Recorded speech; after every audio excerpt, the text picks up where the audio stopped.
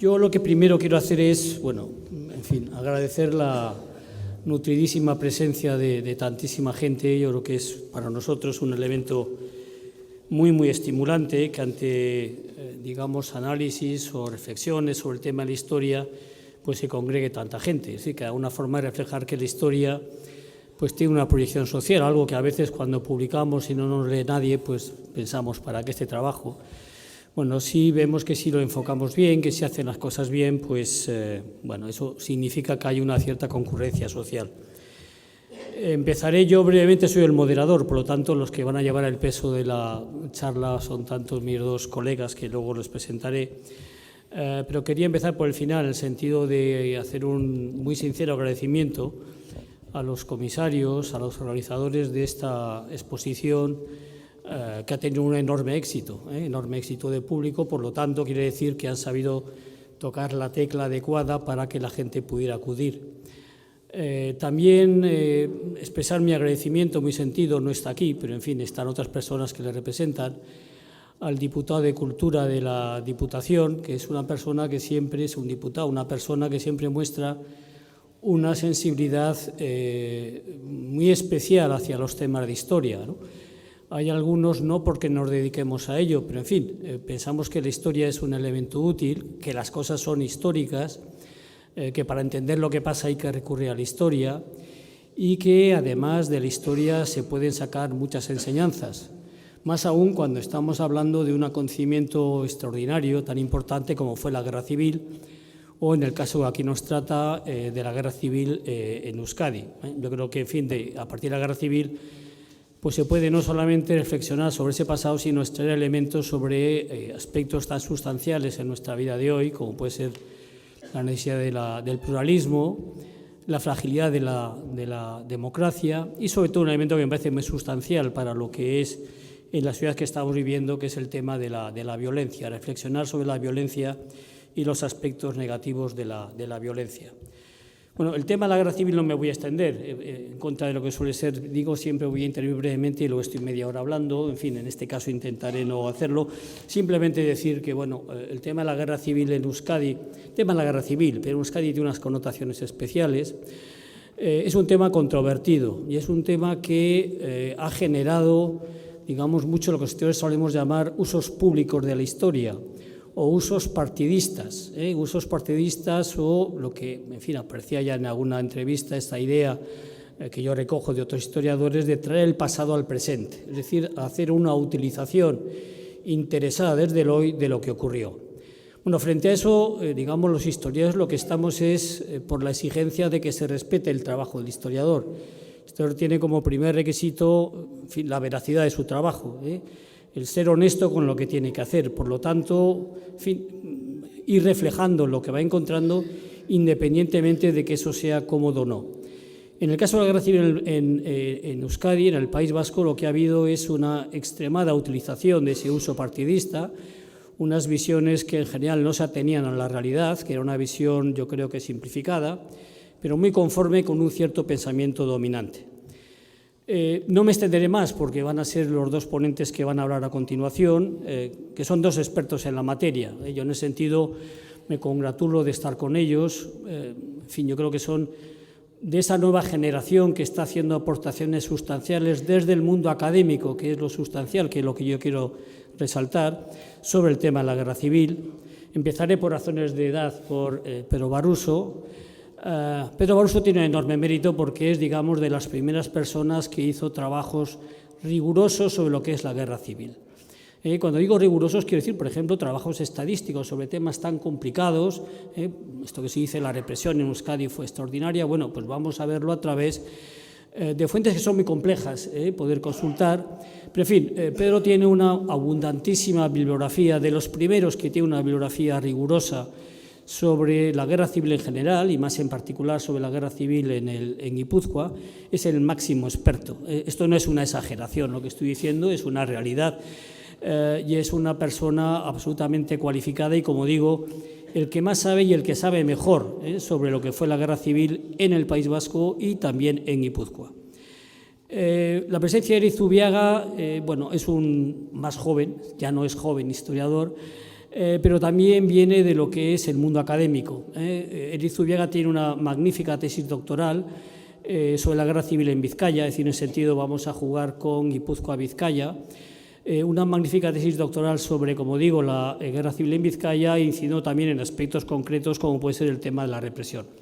Por lo tanto, estamos hablando de dos académicos de altísimo nivel, es un elenco, en fin, yo creo que no es fácil reunirles aquí a los dos, y que en ese sentido pues, van a reflejar lo que pueden ser las nuevas aportaciones que se están haciendo desde la historia sobre esta materia. Bien, dicho todo lo cual, y una vez más extendiéndome más de lo que pretendía, el mecanismo que vamos a seguir, espero que no sea muy extenso y sobre todo estoy mirando a la gente que está de pie, vamos a hacer intentando que sea más dinámico, es decir, que yo haré preguntas a uno y a otro y ellos irán contestando, es decir, preguntas, digamos, de carácter temático para que no sea una exposición única de uno por parte de los dos, sino que iremos introduciendo elementos y luego al final, digamos, de estas apreciaciones, de estos comentarios que ellos van a hacer, pues abriremos, si os parece, un debate con el público. ¿Os parece a todos? Seguimos entonces este esquema. Bien, van a ser preguntas muy concretas, escalonadas. Hay una primera pregunta, digamos por orden también, primero va Pedro, luego va Erik, luego si queréis vosotros arregláis para cederos la palabra. Haría una primera observación, teniendo en cuenta que la guerra civil acabó ya hace mucho tiempo, que se supone que tiene que haber ya un trabajo historiográfico importante, digo se supone, remarco, se supone. Hombre, siempre surge la pregunta, ¿se está descubriendo algo? ¿Se está haciendo nuevas aportaciones? ¿Hay todavía la posibilidad de hacer nuevas aportaciones? Hola, pues buenas tardes a todos por estar aquí y gracias, Luis, por esas loas excesivas que me has hecho, pero bueno, en fin. ¿Se pueden hacer nuevas aportaciones? Sí, por supuesto que sí. Yo siempre digo lo mismo, huyan ustedes de aquel que diga que hace la historia definitiva de algo, porque eso es una falacia en la historia. Es decir, no, la historia, si algo tiene, no es definitiva, porque mañana puede aparecer una documentación nueva que cambie por completo las cosas. Entonces, sí se puede hacer, claro que se pueden hacer aportaciones nuevas. Quizá no grandes aportaciones, salvo que surgiera algún archivo oculto de algún personaje que posiblemente lo haya y no ha salido todavía a la luz, o archivos de personajes que están patrimonializados por otros personajes que no salen a la luz. Sí, yo creo que sí se pueden hacer aportaciones. Documentación, el problema de la documentación es que es inmensa, es que nos abruma la documentación. Yo creo que el País Semanal, ¿no? Esta semana decía, ¿no? El problema para hacer la documentación. No, pues señores, no hay ningún problema. El problema es que hay demasiada documentación, que hay para vidas enteras trabajando en el archivo. ¿Qué usa la ley franquista del año 68? Sí, la ley de secretos oficiales, sí, evidentemente, pero es que estas cosas no afectan a muchísima documentación de la guerra civil. Los diarios de operaciones están abiertos hace muchísimos años. Toda la justicia militar es totalmente transparente en este momento, que es el gran meollo de la cuestión. Sin embargo, por ejemplo, nadie ha analizado las causas navales. Todos hemos ido a los ejércitos de tierra, pero la Armada tiene un montón de causas, el ejército del aire tiene un montón de causas también. La Iglesia sí, yo creo que la Iglesia es la que más sorpresas puede dar. El Archivo Vaticano se ha abierto ya, lo que pasa es que es inmenso también, claro, es inmenso y entonces, bueno, pues yo creo que sí, no grandes aportaciones, pero sean matices sí se podrán ir dando, y perfilando cosas, perfilando datos. A nivel local hay mucho trabajo que hacer, porque claro, lógicamente es imposible gobernar todos los pueblos y toda la documentación en todos los pueblos, pero sí, yo creo que sí hay trabajo por hacer todavía. Bueno, hola, buenas tardes a todos. Yo estoy de acuerdo con lo que dice Pedro, que al final la historiografía ha avanzado mucho sobre la represión y la guerra civil en el País Vasco.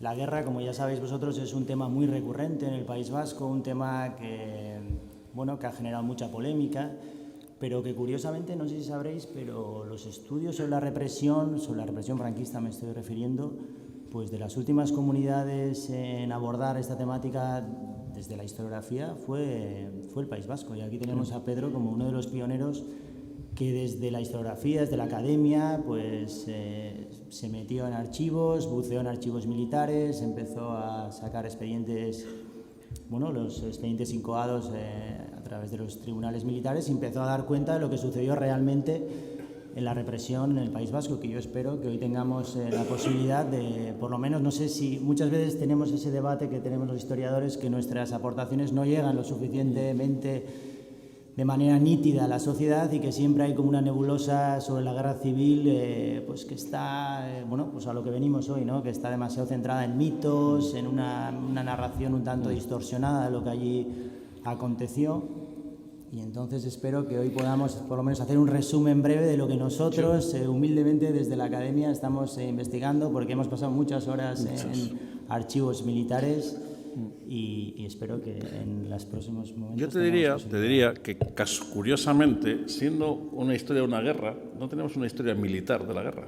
No tenemos, o sea, tenemos muchas cosas, pero no hay un estudio riguroso y serio de la guerra, o sea, de la campaña militar. No lo tenemos, pero es que no lo tenemos ni en España ni en el País Vasco. Van a decir, y Martínez Bande era un franquista y hizo sus libros de propaganda, pero yo creo que sigue faltando una historia militar de la guerra civil en el País Vasco, o en Guipúzcoa, o en Álava, donde se quiera. Vamos. Si me permitís, yo quisiera lanzar una pregunta. Leí el otro día un libro de Jesús Alonso Carballés, que es un especialista, es un profesor que trabaja en Francia, en la universidad. Ha publicado un libro recientemente sobre los monumentos que se han ido erigiendo desde el 36 hasta la actualidad. Ya durante el franquismo, monumentos, placas que se han ido erigiendo en honor a los caídos, a los muertos por diferentes circunstancias, bombardeo, represión, cárcel, etcétera, que tengan que ver con la guerra. Y él resumía que a día de hoy el País Vasco es la comunidad autónoma, junto con Navarra, que mayor monumentos dedica a los represaliados del franquismo. Y he aquí mi pregunta: si esa elevada construcción de monumentos, que yo creo que hoy en día está acreditado, que hay bastante reconocimiento a las víctimas del franquismo, va acompañado desde las instituciones, que al final esos monumentos se financian con dinero público, va acompañado también de un mensaje que se traslade a la sociedad, pues riguroso y exacto, o por lo menos acorde a las últimas novedades que la historiografía aporta en esa temática. Y yo creo que aquí hay un desequilibrio muy grande en cuanto a políticas públicas de la memoria sobre la guerra y las últimas novedades que van surgiendo en la academia, que al final muchas veces los resultados quedan limitados a nuestros congresos que organizamos en universidades, y tenemos poco espacio pues para trasladar aquí nuestras últimas investigaciones. Mira, aprovechando, pues vamos a hacer un poco promoción, ¿no? Tienen ustedes un libro. Lo iba a hacer Luis. Yo publiqué, creo que en el año 2018, un libro que se llama Políticas de Memoria en Guipúzcoa, minutos 36-2018. Es decir, desde lo mismo que ha hecho Jesús Alonso, que lo ha hecho globalmente, yo lo hice en Guipúzcoa, y tenemos un superávit de memoria. En Guipúzcoa tenemos superávit de memoria. Superávit de memoria ligado a la existencia de la Dirección General de Derechos Humanos y Convivencia, creo que es el nombre, no sé si habrá cambiado ahora. Por ese motivo es cuando hay un superávit de memoria.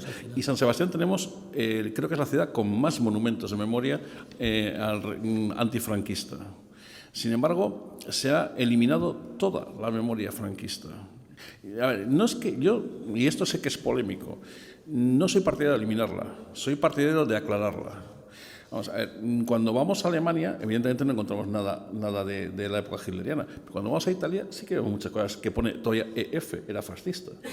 Entonces, pueden llamarme ustedes conservador, otros me llamarían otras cosas peores, pero no hubiera sido partidario de eliminarla, sino de interpretarla. Sí, y todos recordamos la Plaza de Zuloaga, y todos recordamos el monolito que había en Ondarreta, y todos recordamos la columna que había en la Plaza del 13 de septiembre. En fin, esa memoria ha desaparecido. Entonces, lo que hemos hecho es sustituir una memoria por otra. Entonces, claro, si nos ponemos en ese plan... Hubo un caso reciente en Hondarribia, ¿no? En Hondarribia, haciendo una limpieza en un muro, aparece una placa.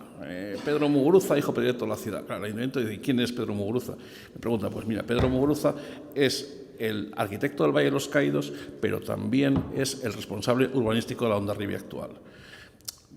Posturas, unos, nada, hay que volarla, dinamitarla, tirarla al mar con ella. Digo, no, vamos a identificarlo, vamos a aclararlo, vamos a decir quién es, porque si nos ponemos en ese discurso iconoclasta, habría que tirar el anfiteatro romano de Mérida, por invasores los romanos. Habría que dinamitarlo todo. Entonces, yo creo que la memoria se ha sustituido una memoria por la otra. La memoria es objetiva, tiene que estar ahí, tiene que estar y se puede interpretar, si no, no os podemos explicar. De todas maneras, Pedro, retomaremos el tema, memoria, historia, etcétera. Únicamente yo como lector le recomiendo el libro de Pedro, es decir, porque es un libro no local, sino que excede lo local. Bien, en las preguntas que vamos a hacer vamos a intentar, como decía antes, escalonar. Yo os pediría, pero muy brevemente, digo porque si no nos vamos a extender en exceso, si podéis hacer un brevísimo esbozo de la guerra civil, el desarrollo en sentido más estricto, tú, Pedro, de Guipúzcoa y tú de Álava, de Vizcaya, si os parece. Muy brevemente, para luego entrar, digamos, en materias más concretas. Bueno, pues Guipúzcoa, por eso de la cronología. Pues Guipúzcoa es una guerra diferente, es una guerra de columnas. Es una guerra en la que distintas columnas salen, incluso en alguna reminiscencia de guerra carlista, compartidas por el monte. La partida Barandaya se echa al monte y recorre los montes de Asteaso y por ahí en plan guerrillero carlista. Son columnas que avanzan hacia el Bidasoa, fracasan en su primer intento de llegar a Irún porque el puente de Endarlaza lo vuelan, tienen que dar la vuelta por Peñas de Haya para caer sobre Rentería y luego ya de Rentería a Arcale y a la frontera. Después de caer Irún, el 4 de septiembre, la guerra es muy rápida. 4 de septiembre cae Irún, 13 de septiembre entran, que no eran ni 40 ni eran de Artajona, en San Sebastián y ya para finales de septiembre están ya prácticamente en el Deva. Y la guerra ha terminado en Guipúzcoa, se va a paralizar en la zona de Mondragón. Y luego hay otra columna que viene de Álava, que penetra por Arlabán y que llega hasta Mondragón. Es una guerra de columnas relativamente rápida. Realmente los combates se focalizan en San Sebastián los primeros días, que están los vestigios todavía de los combates, aquí cerca, en las escuelas de Amara, en el Ayuntamiento, en el Palacio de Goicoa, en el María Cristina. Y luego es la batalla del Bidasoa. La batalla por el Bidasoa, forzar la línea defensiva del Bidasoa, y una vez que rompen la línea defensiva del Bidasoa, la guerra ya está perdida para los republicanos. Es una retirada más o menos ordenada, progresivamente hasta el Deva, y en el Deva ya se estabiliza el frente. Se estabiliza el frente porque el epicentro de la guerra va a Madrid, es decir, el objetivo de Franco es tomar Madrid. Entonces el frente guipuzcoano se paraliza. Pero bueno, yo suelo hacer un símil con 55 días en Pekín, pues fueron 55 días en Guipúzcoa la campaña. Una cosa bastante rápida. También muy brevemente, San Sebastián, ¿por qué cae con tanta facilidad? ¿No tenía posibilidades de defensa? San Sebastián se plantean defenderla. Lo que pasa es que hay una reunión en el gobierno civil, en el teniente Ortega, que luego fue fusilado al final de la guerra. Lo que plantea es que si defienden San Sebastián va a ocurrir lo mismo que en Irún, va a arder, ¿vale? Y de hecho se ocurrió la psicosis de que estaba San Sebastián ardiendo y se evacuó. La ciudad era indefendible y entonces decidieron retirarse por Igueldo hacia Orio, abandonar la ciudad porque la ciudad no iba... A ver, los milicianos no eran expertos en combates callejeros, entonces... En aquel momento no había ejército vasco, lo que había... milicias de izquierda, porque las milicias nacionalistas están acuarteladas en San Bartolomé esperando un poco los acontecimientos. No intervienen demasiado en los combates. El peso de los combates hasta que no llegan a la zona del Urola, los nacionalistas prácticamente no entran en combate. Tienen la línea encima de Tolosa, que sí que la custodian nacionalistas, pero el peso de los combates son milicianos de izquierda. ¿Hablaríamos de qué fechas, más o menos, cuando entran? 13 de septiembre del 36, es el día, que creo que es el día de la memoria que se celebra aquí en San Sebastián, el día 13 de septiembre, sí. Ahí se generó el mito, el famoso mito, los 40 de Artajona. Ni eran 40 ni eran de Artajona, eran otros pueblos. Muy bien. Bueno, en resumen, lo que es cómo cae el País Vasco en la guerra, como bien sabéis, como no ha comentado Pedro, pero Álava cae, no hay guerra, la sublevación triunfa. En septiembre prácticamente Guipúzcoa ya ha caído, 2 meses han tardado, y luego queda Vizcaya. Como bien ha dicho Pedro, el objetivo principal era Madrid. No consiguen entrar en Madrid, por tanto cambian la estrategia, empieza ya una estrategia de guerra de larga duración, de desgaste. En Madrid, en marzo comienza ya la ocupación de Vizcaya, la campaña de Vizcaya. En junio del 37 cae Bilbao. Antes pues ya se había constituido el gobierno vasco. En realidad, solamente si podemos hablar de un Estado republicano o una provincia, la única provincia vasca republicana que se mantuvo durante un tiempo sustancial fuera del Estado rebelde es Vizcaya. Ahí es donde se estableció el gobierno vasco, sostenido también por el Partido Nacionalista Vasco y las izquierdas. Y bueno, en un estado de claro derrotismo, pues ya Bilbao cae, por ejemplo, después de luchas encarnizadas, que se habla de alrededor de 4.500 bajas en el bando republicano y algunas menos en el bando sublevado, o sea que hay numerosas muertes en el frente de combate. Pues Bilbao cae, por ejemplo, sin necesidad de ningún solo disparo. Cae a raíz de un pacto que no es muy conocido, que se le ha denominado historiográficamente como el Pacto de Bilbao, donde un comandante, el comandante Maidagán, del batallón ochandiano, adscrito al nacionalismo vasco, pues decide rendir 5.000 combatientes aproximadamente a través de un militar franquista que en ese momento se encontraba en Bilbao, escondido, y a través de él consiguen contactar con las tropas que sitiaban Bilbao y bueno, pues consiguen de alguna manera, establecen un pacto, que el pacto ya pues, lo tenemos acreditado en archivos, a cambio de salvar sus vidas, se entrega a Bilbao sin ningún tipo de disparo. Ya hay un clima de derrota considerable en el nacionalismo vasco, pues como bien decía Zaña, pues el nacionalismo vasco, sus tropas no se batían por la República ni por la causa española. Ellos, pues ya una vez perdido el País Vasco, entendían que la guerra pues no tenía sentido. Ya poco después, ya una vez que cae Bilbao, liberan también a los presos derechistas que se encontraban en las cárceles de Bilbao, unos 2.000 aproximadamente son liberados. Era parte también de ese pacto de Bilbao que estábamos hablando. Después ya unos 2.000 se rinden en Baracaldo a las flechas negras. Ya se vislumbra entre los milicianos y los gudaris pues una relación muy tensa que que aparece documentada en los textos, y ya finalmente, como bien sabéis, pues en agosto del 37 ya sucede la rendición masiva que Ajuriaguerra acuerda con las flechas negras pues en el Pacto de Santoña. Y un poco este es el recorrido de la guerra que en Vizcaya, y a partir de ahí ya se desmorona todo el frente norte y los sublevados se encuentran con la mayor bolsa de prisioneros hasta la fecha en la guerra civil. Una pregunta también muy breve. Uno de los puntos polémicos es, digamos, un cierto debate interno que hay entre las fuerzas nacionalistas republicanas sobre la destrucción o no de la industria vizcaína. Pues sí, ese es un debate importante. Indalecio Prieto, ministro de Defensa en aquel momento, solicita que la industria tiene que ser eliminada, tiene que ser barrida, política de tierra quemada. Eran conscientes que una vez caído Bilbao, los sublevados se encontraban con un botín terrible, aparte de con una bolsa de prisioneros muy grande, con unas industrias, las de la margen izquierda, que podían permitir y enseguida ponerlas en marcha como elemento de construcción y ponerlas al servicio de la guerra. Por tanto, Indalecio Prieto ordena y bueno, deciden en ese momento, creo que Leizaola, Sí. Leizaola decide que no van a aceptar eso, ya ellos son conscientes que no lo van a hacer, y eso genera mucha tensión. Incluso llega a haber, como bien sabéis, en la guerra civil prácticamente hay dos ejércitos diferenciados. Eso también generó mucha tensión entre los gudaris y los milicianos. Por un lado está el Eusko Gudarostea, que no entra en combate hasta octubre del 36, a partir de ahí entra en combate una vez que el estatuto se ha aprobado.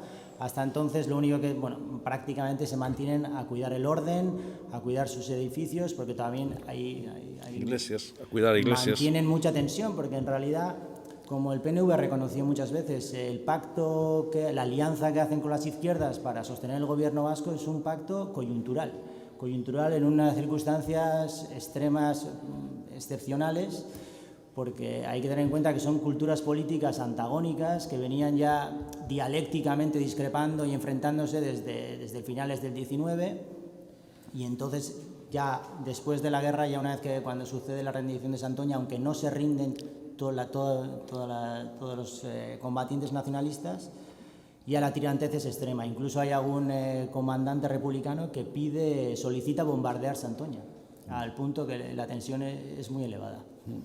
Bien, luego hablaremos de Santoña, si os parece. Hablaréis, mejor dicho, de Santoña, si os parece. Bueno, ya algunas cuestiones que os voy a preguntar ya están saliendo, ¿no? Pero luego quizás os podéis extender con más detalle.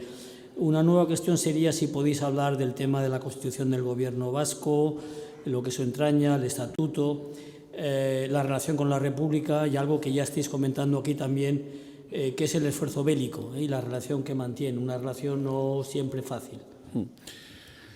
A ver, el gobierno vasco se crea en octubre del 36, es decir, cuando llevamos ya varios meses de guerra, y se crea por un pacto entre Indalecio Prieto y José Antonio Aguirre. Son dos políticos pragmáticos que deciden dar autonomía al País Vasco cuando la guerra ya ha comenzado y el País Vasco realmente es Vizcaya en ese momento. Y lo que hacen es un gobierno de concentración, en el que están presentes todas las fuerzas políticas, PNV, republicanos, nacionalistas, comunistas, ANV, en fin. El gobierno vasco se venía pidiendo ya. De hecho, el último acta de la Junta de Defensa de Guipúzcoa, que se firma en Zumaya el día 21 de septiembre del 36, pide que se cree un gobierno vasco. Ya lo piden directamente, que se cree un gobierno vasco para acabar con estos pequeños reinos de taifas que son Junta de Defensa por aquí. ¿Lo puedes explicar un poco? No hemos comentado que había distintas, antes del gobierno vasco había, digamos, distintos órganos de poder. Cuando comienza la guerra civil, el poder republicano desaparece, se diluye. El gobernador civil, Arturo Goicoechea, se queda fuera de juego, no sabe qué hacer. El gobierno civil, para que se sitúen, está enfrente de María Cristina, estaba enfrente de María Cristina, donde es el edificio de Hacienda ahora. Se quedan ahí, se reúnen ahí Artola, Carrasco Amilibia, que era el gobernador militar de San Sebastián, Irujo, y otros líderes de izquierda. Entonces, no saben qué hacer. ¿Qué hacemos? Bueno, Irujo lo tiene claro. Irujo hay que defender la República. Su partido no lo tiene tan claro. Su partido, de hecho, iba a celebrar una reunión de los Euskadi Buru Batzar en Pamplona. No pueden llegar, se quedan aquí y antes de decidir si ir a la guerra, van a misa. Van a misa y después de misa deciden si ir a la guerra. El director del Día, José Lecaroz, iba a llevar un escrito del GBB al Día, que era el periódico nacionalista de San Sebastián, diciendo que se ponían al lado de la República, lo que pasa que leyeran, en el camino leyeran y esa nota no se llega a publicar nunca. Entonces, la izquierda toma la vía en medio, la izquierda crea una junta de defensa presidida por un diputado socialista, por Amilibia, el único diputado socialista de Guipúzcoa, en el que se integran todas las fuerzas políticas. Comisarías, está organizada en comisarías, comisaría de guerra, de abastos, de defensa, en fin, una serie de comisarías que toman el poder. Lo que pasa es que se atomiza ese poder. En cada pueblo hay una junta de defensa. Es un modelo decimonónico, es el modelo decimonónico de las juntas de defensa, pero es el modelo de cuando la invasión de los franceses en 1808. Cada uno gobernaba su cortijillo, y entonces aquello era ingobernable, evidentemente era imposible. Además, en Guipúzcoa hubo 3 juntas de defensa. La Junta de Defensa de Guipúzcoa, con sede en San Sebastián, teóricamente con jurisdicción en toda la provincia, la Junta de Defensa de Azpeitia, de mayoría nacionalista, que dominaba el Valle del Urola, y la Junta de Defensa de Eibar, con mayoría socialista, que dominaba el Valle del Deva. Entonces, bueno, a eso le añadimos comités del Frente Popular, juntas locales, comités de defensa de la República, en fin, tenemos una variada gama de instituciones que cada cual hace su propia guerra. Detiene, ordena movimientos de tropas, ordena ataques, en fin, aquello se convierte pues, en un desbarajuste. Desbarajuste hay que decirle al miliciano, oiga, por favor, que cuando se vaya a comer a casa, deje el fusil. Para eso está a comer a casa, para dejar el fusil. No, es que esto es mío. No, ya, esto es una guerra, esto no es la guerra de Gila. Joder. Entonces, pues eso, hace falta un orden, y ese orden, al final, la Junta de Defensa de Guipúzcoa lo que pide es que sea el gobierno vasco. Pero claro, estamos hablando del 21 de septiembre, hasta el 7 de octubre no se va a constituir. Y se constituye, y hay que recordarlo, por un pacto entre 2 políticos, posiblemente los políticos con una visión de Estado, que en aquel momento eran Aguirre y Prieto.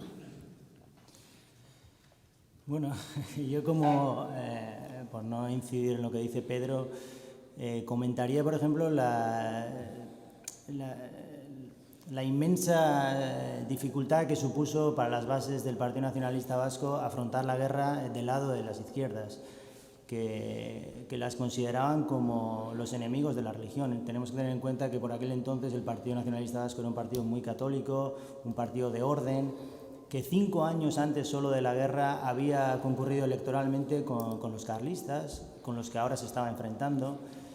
Y este hecho, pues disponemos de numerosos testimonios, son bien conocidos, pues las contradicciones que supuso estar peleando contra un colectivo, contra un grupo, una fuerza política con la cual compartían numerosos vínculos políticos, vínculos culturales, vínculos religiosos, y entonces esas dudas pues aparecen sobre todo tras la sublevación. Más que este gobierno vasco desborda mucho lo que debe ser un gobierno autonómico. El gobierno vasco acuña moneda, crea su propio ejército, hace el proyecto de una universidad vasca, Selección de fútbol. Una selección de fútbol, efectivamente, una línea aérea, Air Pirinés, camuflada, pero una línea aérea, una línea naval entre Bayona y Bilbao, en fin. Va mucho más allá de lo que se supone que es un gobierno autonómico. Funciona prácticamente con una auto o semi-independencia, lo que funciona el gobierno vasco. Pero, ya lo recalco, con la connivencia de todas las fuerzas de izquierda. Sí. Sí, bueno, yo aquí, digamos, juntaría dos elementos que habéis planteado. Yo reiteraría como una segunda cuestión de, en fin, cuáles fueron las relaciones gobierno vasco, gobierno republicano. Tú ya has comentado un poco la situación de práctico aislamiento que tenía Euskadi, lo cual le permitía esta situación de independencia de facto. Entonces la pregunta sería, esta cuestión ligada con el tema que os quería plantear, y para que os extendierais un poco más, habéis ya dado varios atisbos, de cuál sería, digamos, la situación de las fuerzas políticas en juego. Y cuando digo fuerzas políticas en juego me refiero no solamente a las nacionalistas republicanas que sí, o de izquierda, sino también las derechas, que no hemos comentado aquí, ¿no? Es decir, porque, en fin, una idea que ya vais a comentar más extensamente es que el País Vasco era plural, ¿no? Y por lo tanto no había un País Vasco que se posicionara de forma homogénea en toda una cuestión, ¿no? Si os pareciera esta cuestión, fuerzas políticas, nacionalismo, también derecha, relación república-gobierno, en ese esfuerzo de la guerra, ¿no? Yo insistiría en la idea que ha comentado Luis, en la pluralidad de la sociedad vasca, ¿no? Porque muchas veces, como veremos más adelante, los discursos dominantes que han surgido tras la guerra pues presentan a un País Vasco prácticamente homogéneo, levantado en armas contra el franquismo, como si el franquismo no hubiera tenido elementos vascos, como si la pluralidad de las fuerzas... no existiera la pluralidad de las fuerzas vascas, no solamente a nivel ideológico, sino también a nivel identitario, que muchas veces esto no se remarca y solamente se limita al ámbito ideológico.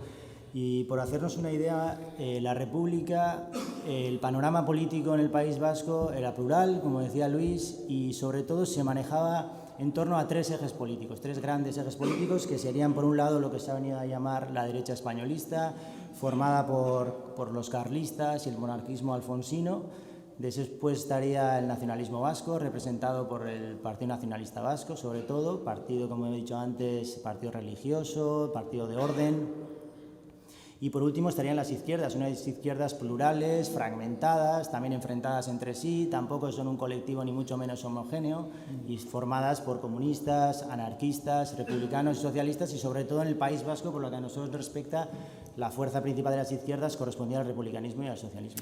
Yo te diría que el País Vasco era plural, conservador y católico. Sí. Esos son los tres rasgos que definen el País Vasco. La fuerza política es el nacionalismo vasco, pero entiendan el nacionalismo como en algún libro lo citan como la civilización nacionalista, es decir, no el PNV. El PNV, Emakume Abertzale Batza, los grupos de Mendigo y Sales, grupos culturales, los Copiscún, es decir, crean una especie de comunidad nacionalista. Luego está la izquierda. La izquierda está fragmentada. Y, a nivel político, los partidos no son los dominantes, son los sindicatos. Y sobre todo es la UGT. La fuerza numérica es la UGT.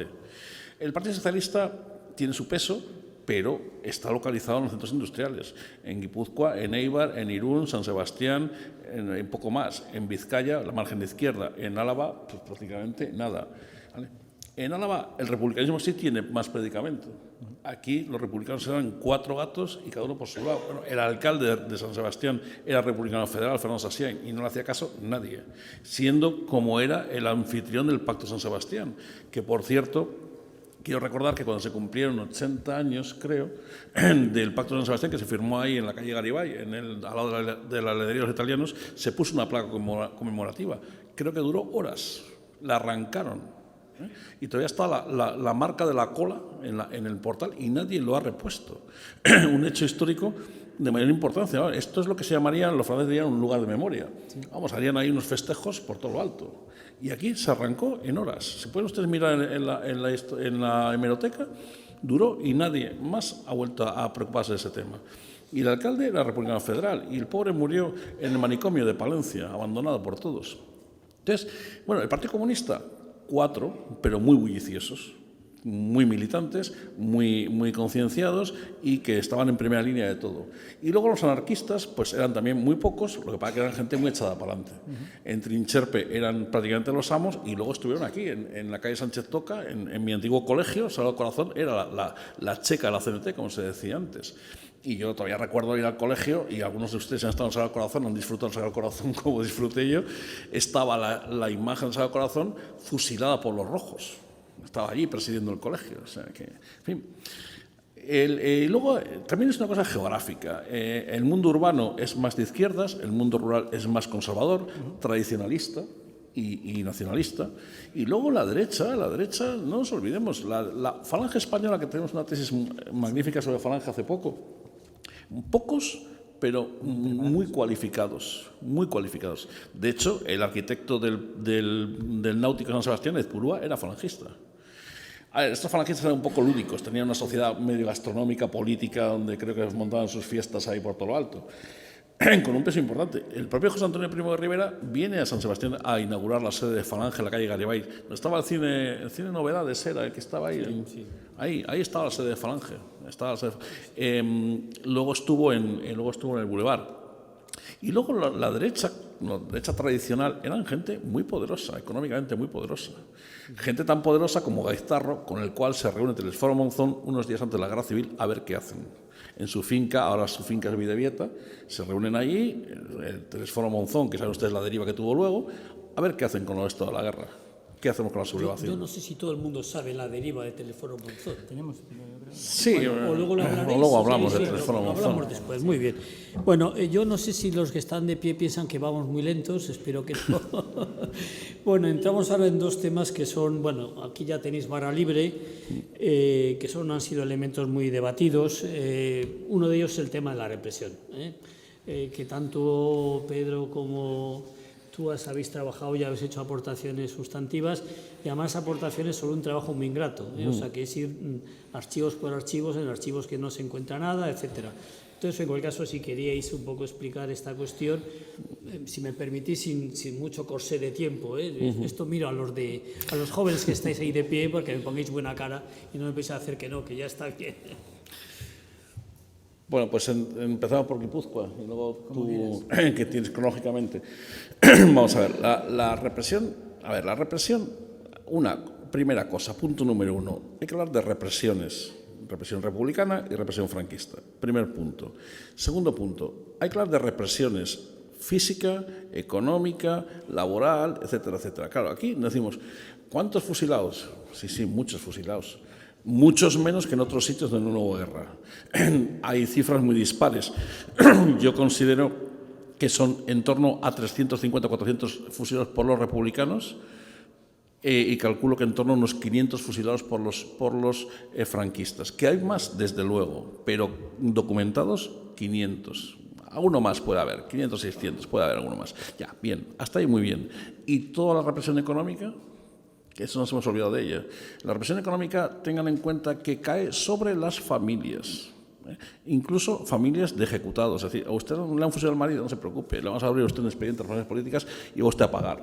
¿Vale? Que no tiene, pues vamos a embargar absolutamente todo. Hay documentos en donde un falangista de Albistur iba todos los días a coger los huevos de la gallina, que la gallina estaba incautada. Iba a coger los huevos y los llevaba. Un trabajo, la causa del movimiento nacional con eso tuvo un gran desarrollo.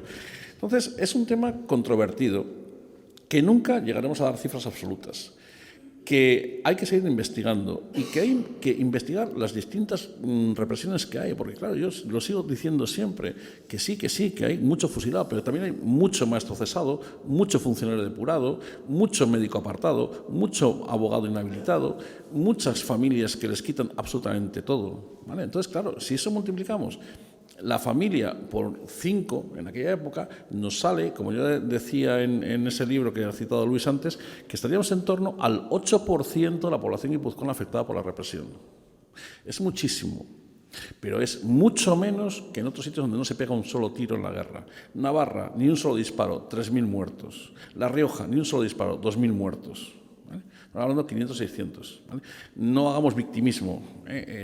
Aquí fue donde más duro fue. No, perdón, no lo fue. Aquí fue muy duro, pero no fue tan duro como, por ejemplo, estamos hablando de La Rioja y de Navarra, sitios muy cercanos. ¿La represión es contra el nacionalismo? No. La represión es contra la izquierda. La represión física es contra la izquierda. Sí es cierto que la represión económica va contra el nacionalismo, pero ¿por qué? Por 2 motivos. Primero, el nacionalismo tiene bienes, los nacionalistas tienen bienes, y segundo, no han huido, con lo cual les tenemos a mano. ¿Vale? Con lo cual, esa es otro matiz muy importante. Luego, la guerra de cifras, yo no voy a entrar en guerras de cifras. Hay por ahí un libro que habla de genocidio franquista. Miren, perdónenme, el libro es tan malo que hasta que parece que Franco hasta era bueno, con las cifras que da y las cosas que maneja. Es delirante. A ver, la represión hay que investigarla, lo siento mucho, con papeles, metiéndose en los archivos y mirando las cosas y objetivando las cosas. Es demasiado sangriento como para poner, como me dijo un señor, digo, pero vamos a ver, pero si aquí mi madre aparece fusilada y yo nací en el 45, digo, ya, el efecto retroactivo, pues eso. Entonces, hinchamos, parece ser que contra más muertos mejor, pero no es eso. No es eso. La represión fue muy dura, fue muy intensa, evidentemente, muy larga en el tiempo, pero son represiones siempre. Yo insisto mucho en el tema de represiones, no represión, represiones. Hay muchos matices. ¿Vale? Tampoco quiero hacer, le digo así, propaganda, pero bueno, en un libro que acabo de publicar recientemente sobre Hondarribia, ahí se ve cómo hay un núcleo importante de gente que las represalias son económicas, es decir, se le incautan los bienes. En Hondarribia hay 3 fusilados y ninguno de ellos son por cosas ocurridas en Hondarribia. Uno es un maquis, que lo fusilan en Vitoria, porque quedaba feo fusilarlo en San Sebastián en verano. El otro es un dirigente comunista que lo fusilan en Madrid por ser dirigente comunista. Y el tercero es un chofer que es de Madrid y que les come el marrón de los fusilados en el Fuerte Guadalupe. Por lo cual, de la población de Hondarribia, ningún fusilado. El único era Carrera, pero bueno, ya les digo que este le fusiló por comunista, no por nada que hizo en Hondarribia. Bueno, ya desde la posguerra, las culturas políticas que perdieron la guerra, sobre todo las izquierdas y el nacionalismo vasco, pues fueron elaborando un relato de lo que les había pasado. Cuando consultas aquellos escritos elaborados en la posguerra, sobre todo en el exilio, pues se dan cifras de represaliados vascos, se habla de genocidio sobre todo, se habla de cifras abultadísimas, de número de fusilados y durante mucho tiempo ese relato, esas cifras fueron las que se mantuvieron, las que fueron transmitiéndose entre generaciones a través de círculos pues, de sociabilidad más íntimos, familia, amigos. Y se fue trasladando pues, una idea de un País Vasco especialmente sojuzgado por el franquismo. Esa idea después, que ya tendremos oportunidad de debatir más tarde, la asumió ETA. ETA asume ese discurso, lo adapta y para justificar, de hecho en los últimos comunicados todavía dice que su actividad descansaba sobre los rescoldos de Guernica. Y entonces, ¿qué pasa? ¿Qué sabemos de la represión franquista en el País Vasco? Bueno, pues es verdad que desde la posguerra hasta la actualidad ha habido también a geógrafos del franquismo que han minimizado, que han obviado, han minimizado los números de la represión franquista. Hay que tener en cuenta que en la posguerra el franquismo establece una política de memoria muy intensa, no hay pueblo español prácticamente sin monumento a los caídos, a sus muertos, no aparecen en ningún lado los fusilados republicanos, nacionalistas, esos desaparecen del mapa, entonces queda todo ese pozo.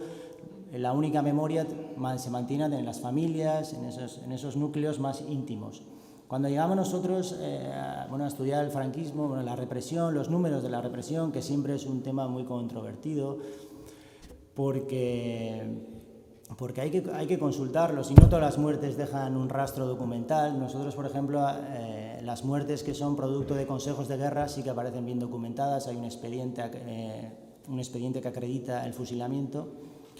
Pues a mí, por ejemplo, mi experiencia personal, que cuando empecé, que ya había trabajos muy sólidos como el de Pedro, por ejemplo, o en Álava, también Javier Gómez había hecho un trabajo excelente sobre la represión, me estaba encontrando que muchos autores que habían trabajado sobre la represión ya en la democracia comentaban que la represión franquista en el País Vasco fue más leve que en otras partes.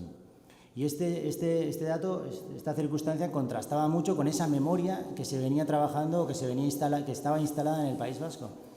Entonces, al investigar el caso de Vizcaya, como Pedro ya ha hablado de Guipúzcoa, voy a hablar de Vizcaya, tuve la suerte en un congreso en Madrid de juntarme con un especialista en la materia, que es Francisco Espinosa, que ha trabajado sobre la represión en el suroeste español y bueno, pues me facilitó un documento del fiscal de ocupación Felipe Acedo Colunga, franquista, un documento interno suyo propio, no tenía carácter público, en el que acreditaba que él había recibido directrices políticas para que la represión en Vizcaya fuera más indulgente, levantara el pie del acelerador.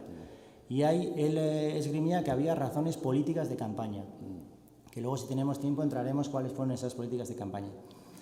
Y como bien dice Pedro, hay que hablar de represiones, porque las represiones fueron múltiples. El franquismo estableció una batería de represiones muy amplia. Por ejemplo, todos conocemos los fusilamientos, que es la represión más atroz, la eliminación física del adversario, pero también represión económica, destierro, batallones de trabajadores, etc. Pues yo aquí me voy a centrar, porque no tenemos mucho tiempo, en la represión más atroz, en los números. Por ejemplo, es verdad, voy a presentar los números más actualizados que disponemos en la actualidad. Números todavía no están cerrados, pero bueno, más o menos podremos ya tener una idea general de lo que sucedió aquí. En Vizcaya fueron ejecutadas o asesinadas, porque también la represión tiene fases. No es lo mismo la represión inicial, que se denominó como terror caliente, aquella represión que no deja rastro, cunetas, sacas, o otra represión que es la que se canaliza a través de una represión con cobertura legal, vamos a decir. Es una cobertura legal arbitraria, pero que deja documentación y que es más fácil salvar la vida. Y bueno, voy a los datos sobre los represaliados. En resumen, más o menos, en el País Vasco fueron fusiladas o asesinadas, se calcula, entre 1.468 personas, 1.500 aproximadamente. Y 864 personas fueron asesinadas producto de la violencia republicana de retaguardia. Es un número que espero que luego tengamos posibilidad de comentar sobre la represión republicana, que muchas veces desaparece de las políticas públicas de la memoria. Apenas sabemos nada. Y, por ejemplo, en San Sebastián 2 alcaldes fueron asesinados. Y si llevamos esto en un contexto amplio, 1.400 personas son muchas, son muchísimas, muchísimos asesinados. Pero si llevamos a un contexto más amplio, como hay que llevar lo que es el conjunto de España, ¿cómo fue la represión en el resto de España? Pues para que os hagáis una idea, solamente en Sevilla fueron asesinadas más del doble que en el País Vasco, 3.200. En Andalucía se habla de 47.000, en Huelva 6.000, Castilla-La Mancha 10.300. Por tanto, la represión aquí fue dura, pero fuera fue mucho más dura. Y luego entraremos a valorar cuáles fueron las causas por las cuales la represión aquí, siendo dura, fue menor que en otros lugares. Bien, yo no quiero extenderme mucho. Tendría preguntas, pero en todo caso yo lo que quiero es mi última pregunta hacia vosotros, y luego ya es el turno de las preguntas del público, lo que parezca, que comenten lo que les parezca más conveniente. Una última cuestión, también de cierto calado. Usos políticos de la guerra civil en Euskadi. No hablamos en general, que sería otro tema, que no es un tema exclusivo del País Vasco, la ley de la memoria histórica, etcétera, pero nos referimos en concreto, si os parece, al tema de los usos políticos. Habéis hablado ya del juego de historia-memoria, si queréis extenderos sobre este aspecto, y luego ya damos pie a que las personas, el público pueda, si considera conveniente, pueda preguntar. Bueno, pues yo diría que en la historia, la guerra civil se ha manipulado por ambos bandos, y hay quien proclama y se queda tan tranquilo diciendo que son los herederos de los Gudas del 36. Bueno, vamos a ver qué está usted diciendo. O sea, se está diciendo una barbaridad, ¿no? Los Gudas del 36 no tienen nada que ver con ustedes, ¿no? Es que son bastantes años después y tienen otro origen totalmente diferente. También en el victimismo vasco, ¿no? Los vascos, fue una guerra contra los vascos. No, no fue una guerra contra los vascos, fue una guerra entre vascos, en todo caso, porque yo creo que el alavés sublevado es tan vasco como el vizcaíno o como el guipuzcoano. Dentro de Guipúzcoa hay muchísima gente que se pone del lado de los sublevados, con lo cual lo de la guerra, utilizar la guerra es una guerra de agresión contra el País Vasco, no funciona. ¿Quieren destruir los símbolos vascos, Guernica? Pues perdóneme usted, si quiere destruir el símbolo vasco no hubiera dejado ni una astilla del árbol de Guernica. Y lo que se bombardea es la zona de las fábricas, de los cuarteles y del puente. Entonces, bueno, son una serie de símbolos que se utilizan como una guerra de agresión contra el País Vasco. No, es una guerra civil en la que vascos luchan contra vascos, como luchan vascos contra andaluces, manchegos contra aragoneses y demás. O sea, yo creo que no ha lugar eso. El País Vasco sufrió la guerra más que nadie, porque perdió sus libertades. Bueno, a ver, las libertades se perdió todo el país, no solamente el País Vasco. El País Vasco perdió su primera autonomía, evidentemente. Y bien, vale, hubo un gobierno vasco que mantuvo la llama con Leizaola, yo recuerdo a Leizaola también ya muy mayor, pasando por el antiguo. En fin, sí, es cierto, pero vamos a ver, hay que recordar que esa autonomía viene de la República Española. Entonces, luego, la guerra civil, ¿se prohíbe el euskera? Sí, se prohíbe el euskera en documentos oficiales, pero se sigue usando. Tienen ustedes en la prensa del año 37, en La Voz de España, periódico nada sospechoso, artículos en euskera. Con lo cual, sí es cierto que se produce una retracción de la cultura en euskera y que se limita al ámbito familiar. Esos son unos procesos que hay, que uno es un proceso de introspección en el que digamos que se recoge dentro, pero ahí se mantiene.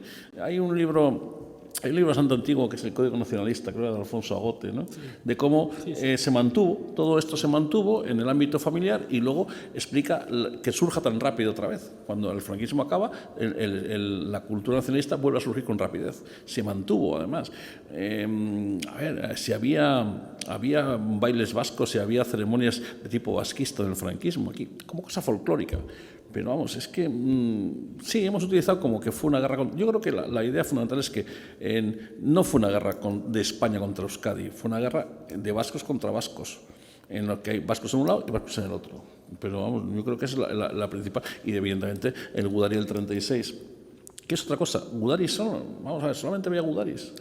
Es que yo creo que había mucho gudari y mucho miliciano. Entonces aquí hemos monopolizado la figura del gudari. ¿Y el miliciano de izquierda? Que es el que se bate el cobre en los frentes de Álava, en el frente de Guipúzcoa, y sí, luego el Gudari nacionalista, evidentemente, cuando se crea el gobierno vasco. ¿Por qué utilizamos al Gudari y hacemos homenajes a los Gudaris y no hacemos homenajes al miliciano de izquierda, ¿no? En fin, hay una interpretación pues un poco sesgada, ¿no? de la guerra civil, bueno, tanto por la derecha como por la izquierda. Sí. La derecha también hace... Bueno, ahí está la frase famosa de buscan al abuelo cuando hay dinero, ¿no? Aquel individuo impresentable, ¿no? En fin, que bueno... Es un tema recurrente, como hay otro tema recurrente, que hoy se ha dicho en el Parlamento de Navarra, creo que vivían ustedes mejor antes que ahora, ¿no? Pues eso, hay unos temas que son, sí, una salida de tono, pero bueno, son temas que están ahí y que se utilizan y yo creo que se utilizan mal, porque yo creo que es un tema ya... Yo les voy a decir una cosa, mi aspiración sería que estamos en el 20, ¿no? Pues dentro de 16 años viéramos la guerra civil como la guerra carlista. Yo creo que nadie se va a echar al monte ahora dando vivas a Zumalacárregui. Pues eso sería mi aspiración. Ahí habríamos superado la guerra civil. Habríamos con un hecho histórico. Yo creo que nadie se va a movilizar ahora por Zumalacárregui o por... Bueno, simplemente lo vemos como un hecho histórico, propio historiadores, pero que no se debe olvidar. Yo digo lo de siempre, el tema francés de los lugares de memoria. En el lugar de memoria ocurre algo, bueno o malo, pero hay que recordarlo.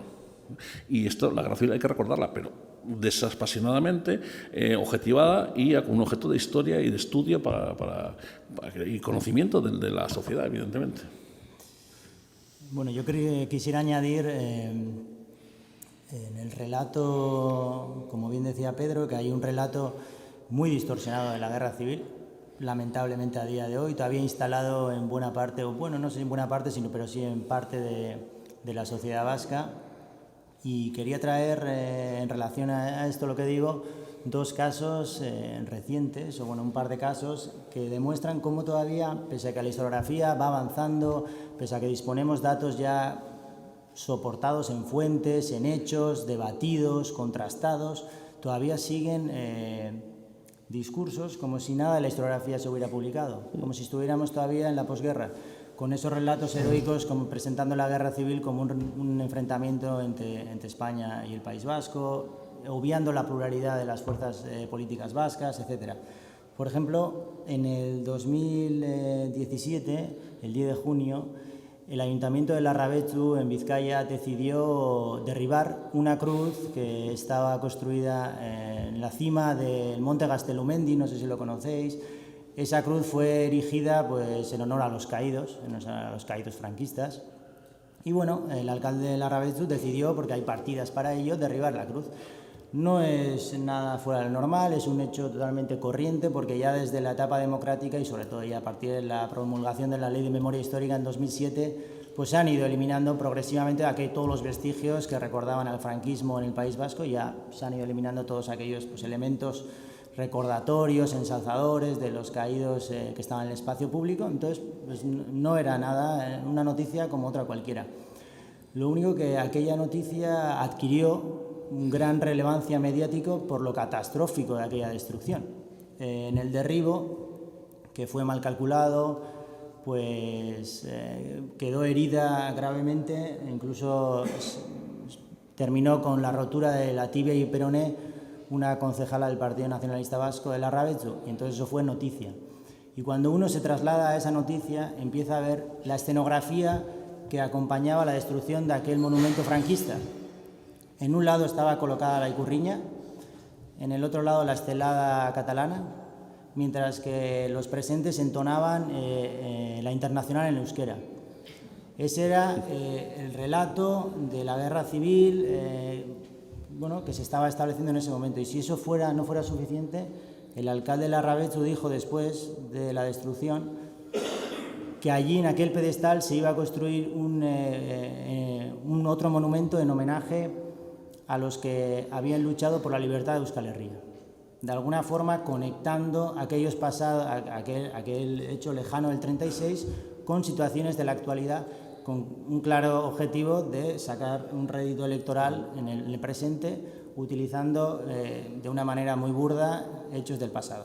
Bueno, este es un caso. A pocos kilómetros de allí, y no me estoy diciendo hace mucho, esto fue en enero del 19, en Ondarroa había otra columna erigida en el 58, creo, en homenaje a los ondarrutarras que participaron en el crucero Baleares en el bando franquista y perecieron. Entonces, los que perecieron, y ahí un homenaje a su esfuerzo, a su lucha, fue derribada, pero otra vez la noticia no era el derribo, sino que acompañaba al derribo. El derribo fue realizado con nocturnidad y alevosía por el colectivo Ernai, vinculado a la izquierda abertzale, y con una rotaflex y varios taladros terminaron de derribarlo, y en las redes sociales publicitaron el evento con el lema de, lo tengo aquí y es literal, aunque no os lo creáis: somos la generación que vamos a vencer al fascismo como lo hicimos en el 36. Ahora resulta que los rojos ganamos la guerra, ¿no? O sea, y esa es la cita literal que utilizaron para publicitar el derribo. Y ya aprovecho también, por último, ya que está presente aquí un compañero nuestro, Pedro Berriochoa, que en un excelente artículo que publicó recientemente en Cuadernos de Alzate comentaba una anécdota que, bueno, bien la podría contar él, pero lo que le sucedió, él es profesor, era profesor de secundaria, ahora está jubilado, y recibió la posibilidad desde el negociado de Derechos Humanos del Ayuntamiento de San Sebastián para participar con sus alumnos en un recorrido que se titulaba Recorrido por la Memoria Histórica por la ciudad de San Sebastián, aprovechando el 80 aniversario del golpe de Estado. Y bueno, pues él accedió a ir con sus estudiantes por la ciudad, atendió a lo que el guía le comentaba, y bueno, al terminar se dio cuenta de que allí lo único que se presentaba era la defensa heroica de los milicianos, de un enclave heroica. Después se daban también pinceladas sobre la represión franquista posterior, pero nada, no se apuntaba nada. La violencia republicana pasaba completamente, estaba ausente. Entonces, claro, si nosotros hacemos lo mismo que hicieron durante 40 largos años el franquismo, obviar lo que sucedió en el otro lado, estamos trasladando una historia amputada. Y justamente los historiadores lo que tenemos que hacer es, como ha dicho Pedro, de una forma apasionada, contrastada, crítica, lo que estamos haciendo aquí, tratar de trasladar de una manera didáctica pues nuestras investigaciones. Muy bien, pues muchísimas gracias a los dos ponentes. Yo creo que pues ha respondido a las expectativas que teníamos de una descripción detallada y al mismo tiempo amena y profunda sobre lo que fue aquel periodo. Abrimos el turno de intervenciones, preguntas, discrepancias también, por supuesto. Sí, adelante. Lo primero, darles la enhorabuena Yo estoy básicamente de acuerdo con todo lo que se ha dicho. Yo soy profesor de historia en Egusquiza, en Irún, y yo ya no sé cómo meterles a los críos la Guerra Civil Española. Yo suelo provocar. Utilizo el Oriamendi en euskera para decirles que la principal milicia vasca era carlista. Y a partir de ahí procuro decirles que la Guerra Civil Española fue también una guerra civil entre vascos. Y utilizo a Pío Baroja por cercanía para decirles que la República era una democracia poco democrática, y más el Frente Popular. Y sobre esa base les digo, mira, con el Estatuto y la Constitución lo hemos hecho los vascos mucho mejor. Y mis aitonas, que uno era de UGT, gallego, represaliado por el franquismo, y el otro, que era requeté, ya tomaban potes en los 80. Entonces, esto de la ley de memoria histórica, la memoria, tal y como la ha presentado él, tan sesgada, es que me genera vómito. No se lo puedo decir de otra manera. Yo les doy a leer a Stanley Payne o Sánchez Nogales o a Pío Baroja, pero de lo que se publica actualmente o de lo que se hace actualmente en base a la Guerra Civil Española y en base a la Guerra Civil en Euskadi, no les doy nada a los críos, porque me parece vomitivo de lo partidista que es. ¿Me permite que le haga una pregunta? ¿Y esos estudiantes de dónde vienen? ¿Cuál es el...? De América, de Irún, los menos, ¿Y de dónde se nutren? ¿Esas ideas de dónde se nutren? ¿Del ámbito familiar? Yo las nutro en el ámbito familiar. Yo en Oriamendi me la aprendí de mi aitona Hilario y de mi aitona Domingo, que combatieron en el Jarama. De los 70.000 que cayeron, ellos sobrevivieron, pero sabían el Oriamendi y los que eran. Sí. Yo una pregunta curiosa, a lo mejor me la cuento, pero tengo interés en saberlo. En la Guerra Civil Española, si no llegan a intervenir ni alemanes, ni rusos, ni italianos, sobre todo alemanes, que fueron los que más daño hicieron, ¿qué hubiese pasado en realidad a fin de la guerra? Sin intervención extranjera, solamente la lucha entre hermanos. Que hubieran ganado los mismos. A ver, estamos enfrentando un ejército disciplinado, profesional, frente a unos milicianos desorganizados, sin entrenamiento militar y sin preparación técnica. La flota queda en manos de los republicanos. ¿Por qué la flota no funciona? Porque no tienen oficiales que sepan mandar un barco. Si no lo en Cartagena todos. Claro. Los republicanos. Saben aquí por proximidad la historia del submarino C2. El submarino C2 es un submarino que se refugia al puerto de Brest, donde un comando franquista intenta secuestrarlo. Y el barco está prácticamente toda la guerra en el puerto francés de Brest, esperando allí a ver qué pasa. Es una historia muy rocambolesca. Han hecho hasta un cómic que se llama Noche franquista sobre Brest. Es una historia increíble. Un submarino paralizado, el José Luis Díez paralizado, es decir, flota. La aviación era mayoritariamente republicana. Pero ¿qué van a hacer un pobre miliciano extremeño frente a una bandera de la Legión? ¿O qué va a hacer el pobre miliciano en San Marcial cuando se le echa encima una bandera de la Legión? Entonces echar a correr para salvar el pellejo. Nosotros hubiera sido lo mismo. Yo creo que hubiera sido el mismo, no sé qué opináis vosotros. Yo creo que hubiera durado más o menos, pero hubiera sido lo mismo. Sí, no sé, la verdad que no sabría qué responderte en ese caso. Sí que te recomendaría, bueno, muchos ya lo conoceréis, el libro de Homenaje a Cataluña que hizo George Orwell, y ahí describe muy bien sus peripecias en el frente, y esa guerra que nosotros nos imaginamos, esa guerra profesional,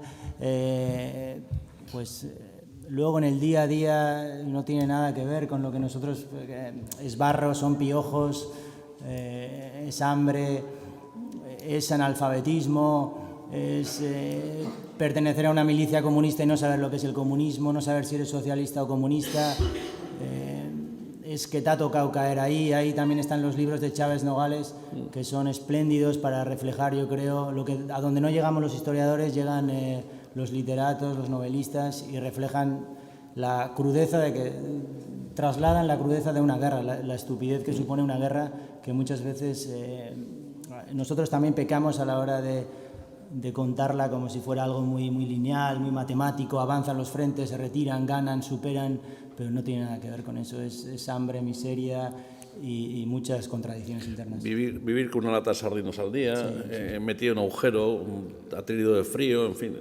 Las memorias de las personas que han participado en el frente, ya son muy, muy reveladoras. Sí. ¿Más cosas, más preguntas? Sí, por ahí. También la película de Ken Loach, sí. Tierra y Libertad. Tierra y Libertad. Tierra y Libertad. No, la vaquilla, lo que querían es comer. Los de la vaquilla querían comer. Se la acaban comiendo, la vaquilla, el hambre que tenían. O sea que, sí. Buenas noches. Bueno, yo soy médico y he empezado a investigar el tema de la sanidad en San Sebastián. Pasaré a Guipúzcoa y estoy en el tema del periodo republicano, ¿no? He estudiado el periodo republicano. Me ha llamado la atención los médicos, como unos son de izquierdas, otros son de derechas, nacionalistas, de izquierda republicana, de derechas, y me encuentro con un colectivo que normalmente es bastante desunido en su práctica igual diaria, pero cierran filas ante la falta de autoridad, ¿no? Que existe en un momento dado. Ya sé que está la Junta de Defensa, pero hay una falta de autoridad, hay una persecución de todo el que no tiene alpargatas, me da mucha pena decir esto porque yo tengo una ideología que no es la que estoy diciendo aquí. Hay una persecución muy clara. Los médicos, algunos, esconden incluso a de izquierdas, nombre y apellidos, esconden a compañeros de derechas. Hay, por ejemplo, el caso, mirando los sumarísimos, que estoy ahora en los sumarísimos, el caso del médico forense de San Sebastián, Ricardo Cardenal Sánchez, que está también de médico de la cárcel, en la Reta, cómo le obligan a decir que los fallecidos, bueno, les sacan de la cárcel a los milicianos, a pesar de que el director occidental Aristeguieta los impide, y a este le obligan apuntándole que tiene que ir con ellos al cementerio y asistir a los fusilamientos, en los bombardeos que hay, en esos fusilamientos que hay en agosto, en septiembre, y asiste, y él no puede soportar eso. Le llevan después a casa, le dicen no digas nada de esto, claro, y le obligan a ir fusilamiento tras fusilamiento, y él tiene que decir, en la lista que le dan de los fusilados, él tiene que decir cómo han muerto fallecidos en un consejo de guerra, y no es así, los sacan.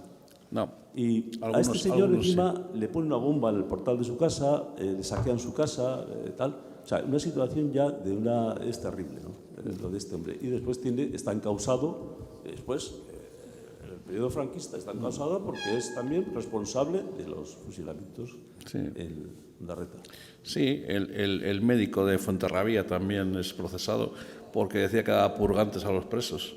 Y lo que hacía es darles purgantes para sacarlos de la cárcel, provocarles una diarrea para sacarlos de la cárcel, sí. Y sí, pero es que era un funcionario de la República y eso ya le marcaba. Entonces, sí, pues lo que decíamos al principio, ahí tiene un colectivo sin estudiar, los médicos, los hospitales de sangre, por ejemplo, los abogados, los arquitectos, sí, todos pasan por el tamiz de la represión republicana y evidentemente, a ver, aquí es una guerra, hay hospitales de sangre. El Hotel de Londres es un hospital de sangre, con médicos ahí. Entonces, bueno, ese es un tema que está, por ejemplo, por trabajar. En el hospital de San Antonio Abad, bueno, es un hospital que también militarizado, hay unas 150 camas dedicadas a los militares, y algunos son nacionalistas, de los jefes de sala y tal, y bueno, se salvan a base, pues alistándose al requete. O sea, tienen ya, se alistan al requete. Y hay muchos médicos, pues las depuraciones de médicos no son tantas. O sea, unos porque algunos se escapan a Francia y no vuelven. A eso sí, a eso los machacan, pero a otros pues se alistan al requete, a la salida que tenían, y hacen méritos. Sí, cuando decíamos antes el tema del nacionalismo, la represión del nacionalismo, el franquismo consideraba a muchos nacionalistas recuperables. Sí, así es. De hecho, hay un ámbito que no está investigado, es muy controvertido, pero por ejemplo, muchos combatientes capturados tras la caída del País Vasco terminaron la guerra en las milicias franquistas. Incluso hay casos, y es un caso, claro, de curioso. Por ejemplo, Miguel Gila también, en sus memorias, que fue mal fusilado, como dijo él, se libró fue fusilado, pero sobrevivió. Contaba cómo pues aquellos franquistas que le detuvieron, le tenían custodiando en el frente de guerra. Algunos eran nacionalistas vascos que habían sido capturados y que gracias a ellos pues pudo tener pues una estancia dentro de lo que cabe soportable. Y es una cuestión tampoco nada investigada y que queda por investigar. Muchos, de hecho, Mussolini, que escribía a Franco documentos que los tenemos nosotros también, en el cual le recomendaba que los nacionalistas vascos, debido a su catolicidad, eran recuperables para su causa. La prueba la tienes que la mayoría de los nacionalistas vascos de Vizcaya en el 43 estaban en la cárcel o en la calle, con una juria de guerra al frente, mientras que gente de izquierda chupa más cárcel que... De hecho, creo que el hermano de Sabino Arana, Luis Arana, termina paseando el ínclito Luis Arana, y a Julia Guerra cuando está en la calle y muchísimos más. Sin embargo, hay gente de izquierdas que salen a la cárcel, bueno, Rubial cuando sale a la cárcel. Sobre todo también cuando estábamos hablando de las culturas políticas, ese discurso que van elaborando tras la guerra, un discurso mitificado, no solamente corresponde a los nacionalistas vascos, también la izquierda hace un discurso mitificado de la guerra, lo único que no perdura en el tiempo. La izquierda, como hemos dicho antes, está mucho más fragmentada, no es unitaria, y ese discurso pues se pierde. Mira, la prueba la tienes en que el único consejero fusilado del gobierno vasco es Alfredo Espinosa, republicano, pero como nadie tiene quien le conmemore, ahí se ha quedado, en el limbo. A día de hoy, los demás todos tienen ya sus cosas, sus homenajes, pero Alfredo Espinosa, como el pueblo era republicano y no queda nadie para celebrarle, pues ahí se ha quedado. Sí, consejero de Sanidad. Consejero de Sanidad, por cierto, consejero de Sanidad del gobierno vasco, efectivamente. Fusilado en otra rocambolesca operación del Servicio Secreto el franquista también, para capturarle. Sí, ahí tiene la palabra. Sí. Perdón, ¿se me oye? Sí. Ya, perdón. Bueno, ya que se han referido a muchas vivencias personales, que son precisamente las que nos interesan en las reuniones que sostenemos, voy a contar también la mía. Han hablado del submarino que sí fue bien. Yo ese submarino lo vi en San Sebastián.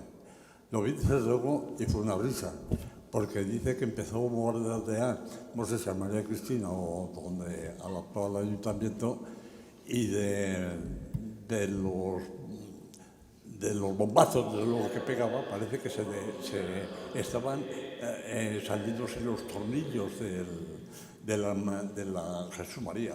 Ya me perdonarán desde luego, porque Sí. Bueno, que se estaba desde luego descacharrando el aparato ese y lo tuvieron que llevar a pasajes. Les voy a contar desde luego por ahí algunas cosas. Nosotros desde luego pues allá, estuve en la guerra, yo pude participar en la guerra. En la guerra me llamaron, como llamaron a muchísima gente, nos movilizaron en el año 1938 a principios de enero, nos incorporamos en el mes de febrero, en el mes de marzo aproximadamente ya estábamos en los frentes, ahí nos mandaron al frente del Jarama, allá en Madrid, y desde luego puedo decir afortunadamente que mejor suerte que yo, ha habido muy pocos soldados que tuvieran la misma suerte que yo. Fue un frente muy estabilizado, las líneas estaban muy alejadas, parece que había un convenio entre las dos partes en que nos hostigáramos y desde luego, francamente, la situación era magnífica. No había peligro de ninguna clase, sí había riesgo, estábamos en guerra, pero no había peligro. Bueno, pues allí desde luego pasamos bastante tiempo y pues he tenido bastantes destinos. He tenido desde luego mucha suerte en cuanto a mi condición de militar, de soldado. Entré soldado y me jubilé soldado. He estado en destinos de plazas mayores de tenientes coroneles. He estado en destinos de batallones. He estado en hospitales. He estado desde luego en cantidad de sitios.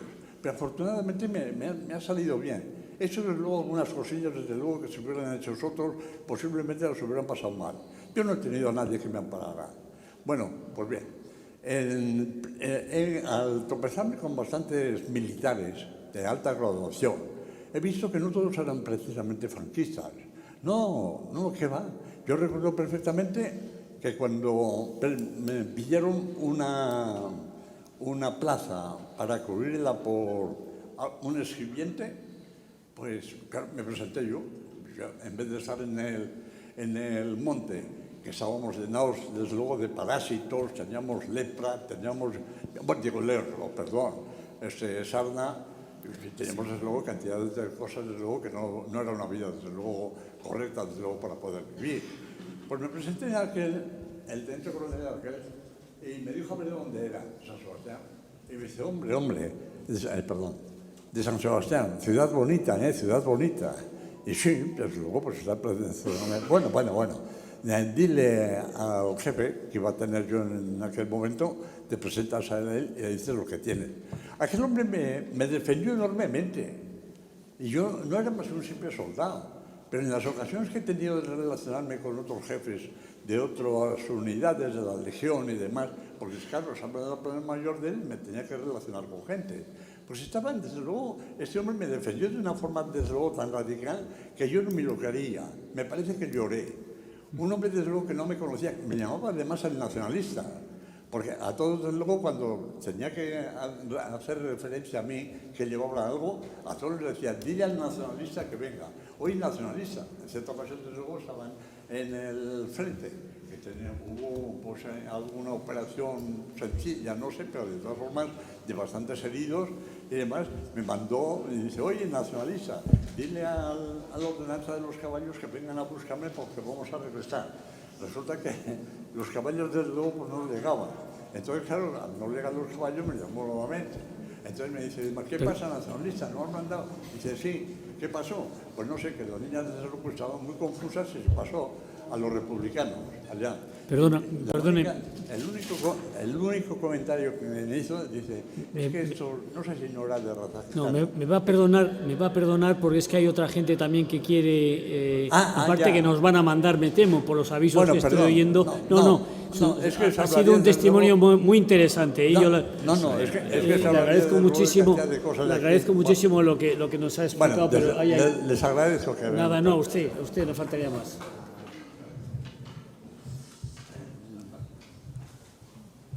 Yo creo que tenemos un límite, me temo, ¿no? Por los... Han comentado que la represión en Euskadi fue menor que en el resto o en otras zonas de España y que ha habido razones para ello. Quisiera un poco que ahondaran en esta cuestión. Sí, podemos hablar. Es una pregunta absolutamente pertinente, yo también la tenía aquí apuntada, pero no se la quería hacer. Pues no, empieza tú si quieres. Geográficamente, en primer lugar, bueno, ya hay estudios sobre Guipúzcoa que comentan, yo me voy a referir a Vizcaya, pero bueno, someramente sobre Guipúzcoa, la frontera francesa. Muchos huyen. Punto 1. En Vizcaya, ¿qué sucede? 80.000 personas también abandonan Bilbao antes de la conquista. Todo el gobierno vasco, todas las autoridades políticas abandonan. Seguramente de una muerte segura. Por ejemplo, ya hemos comentado a Alfredo Espinosa lo que le sucedió. Fue el único consejero del gobierno vasco fusilado de la Unión Republicana, consejero de Sanidad. Después también hay que tener en cuenta que para cuando Bilbao, como he dicho antes, se conquista sin la necesidad de ningún disparo. Hay un pacto y ese pacto tiene una serie de acuerdos. En esos acuerdos aparece que ningún rendido será fusilado, se cumple. Después está también la rendición de otros 2.000 en Baracaldo, mismas condiciones. Santoña, que no hemos tenido posibilidad de hablar, es un pacto fallido, pero que los italianos de alguna manera respetan ciertos acuerdos. Saben, hay fusilamientos, los hay. ¿Qué es Santoña? Quizá algunas personas no sepan lo que es Santoña. Bueno, le dejo entonces a Pedro. Santoña es otro de los mitos de la guerra civil, el pacto de Santoña, ¿no? Cuando los batallones nacionalistas negocian con los italianos entregarse en Santoña y no seguir combatiendo. Se concentra en Santoña, han llegado a un acuerdo con el CTU italiano para rendirse, se concentran en Santoña, los italianos llegan allí, les custodian, pero a los pocos días se van los italianos y llegan los franquistas, con lo cual el pacto queda en nada. Es una negociación para intentar salvar un poco la cara a los batallones nacionalistas que consideran que aquello ya no es su guerra, que ellos ya han salido ya del País Vasco, que aquella no es su guerra ya. Entonces tienen que salir, tienen que terminar. Es un poco como en la época foral, que no hacías la guerra fuera del País Vasco, ¿no? Es un poco la idea esa foral, ¿no? Y sobre la represión que decía, por lo que decía Eric, lo que te mandaba al paredón en septiembre del 36, en septiembre del 38 te quedan 12 años de cárcel, solamente. No está mal, pero vamos. El ir en un barco de Bayona a Bilbao y que te pillen aquí a la altura de Geldo supone que acabas en una fosa común en Hernani. Luego, por cosas más gordas, entre comillas, pues ibas a la cárcel una temporada con una sentencia de 30 años, pero luego salías en 4 o 5. Y, sobre todo, yo creo que aquí la represión es menos dura porque aquí no hay un problema agrario. En el País Vasco no es el problema agrario. En la Ribera, los 3.000 muertos de la Ribera son campesinos que piden tierras.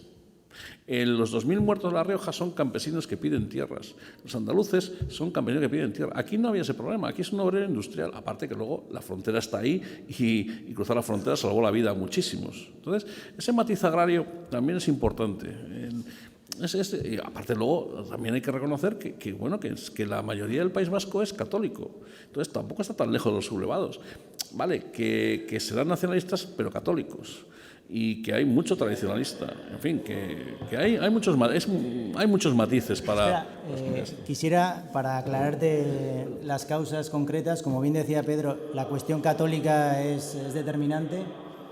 El Vaticano intermedia por la suerte de los presos nacionalistas vascos. Intermedia.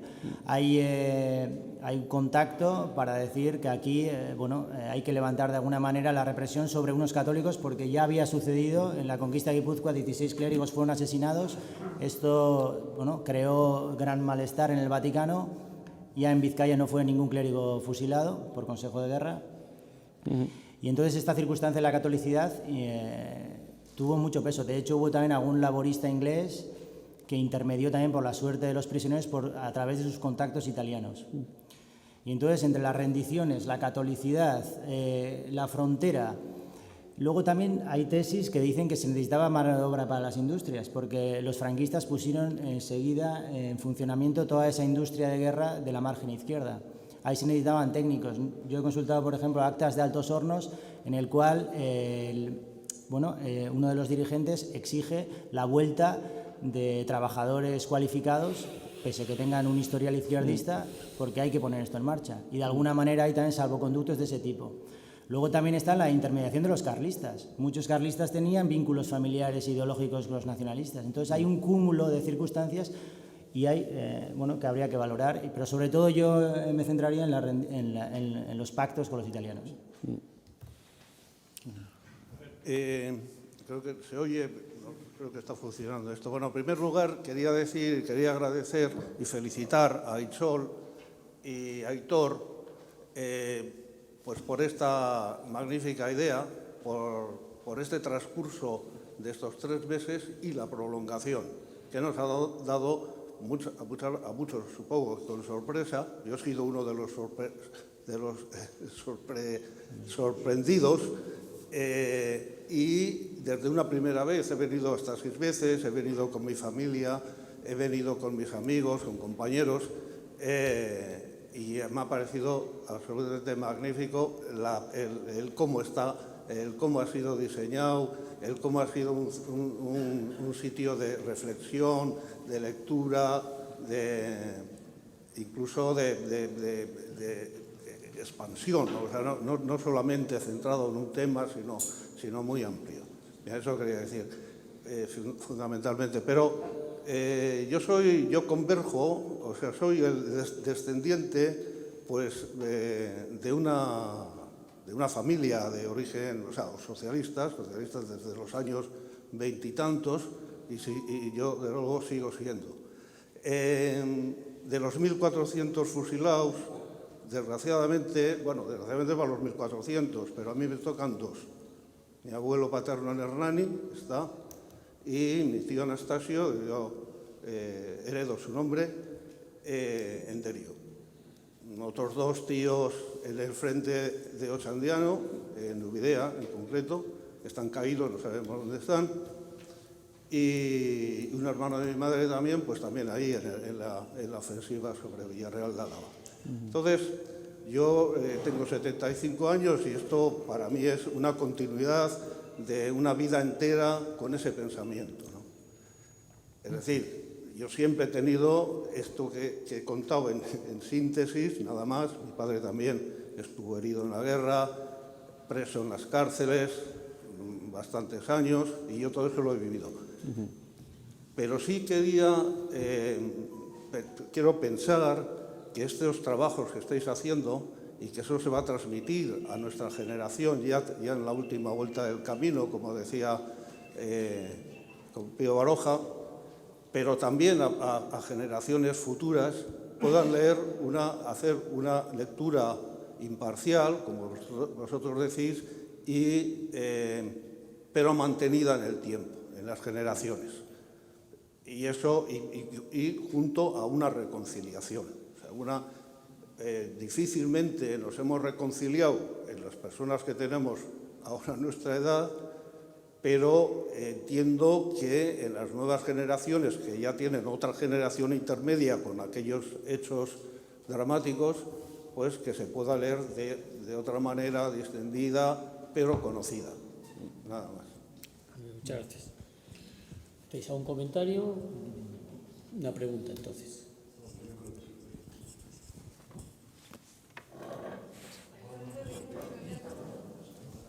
Aquí han preguntado aquí primero y después ya trasladamos otra vez el micrófono. Que iba ya haciendo tiempo queriendo hablar, perdón.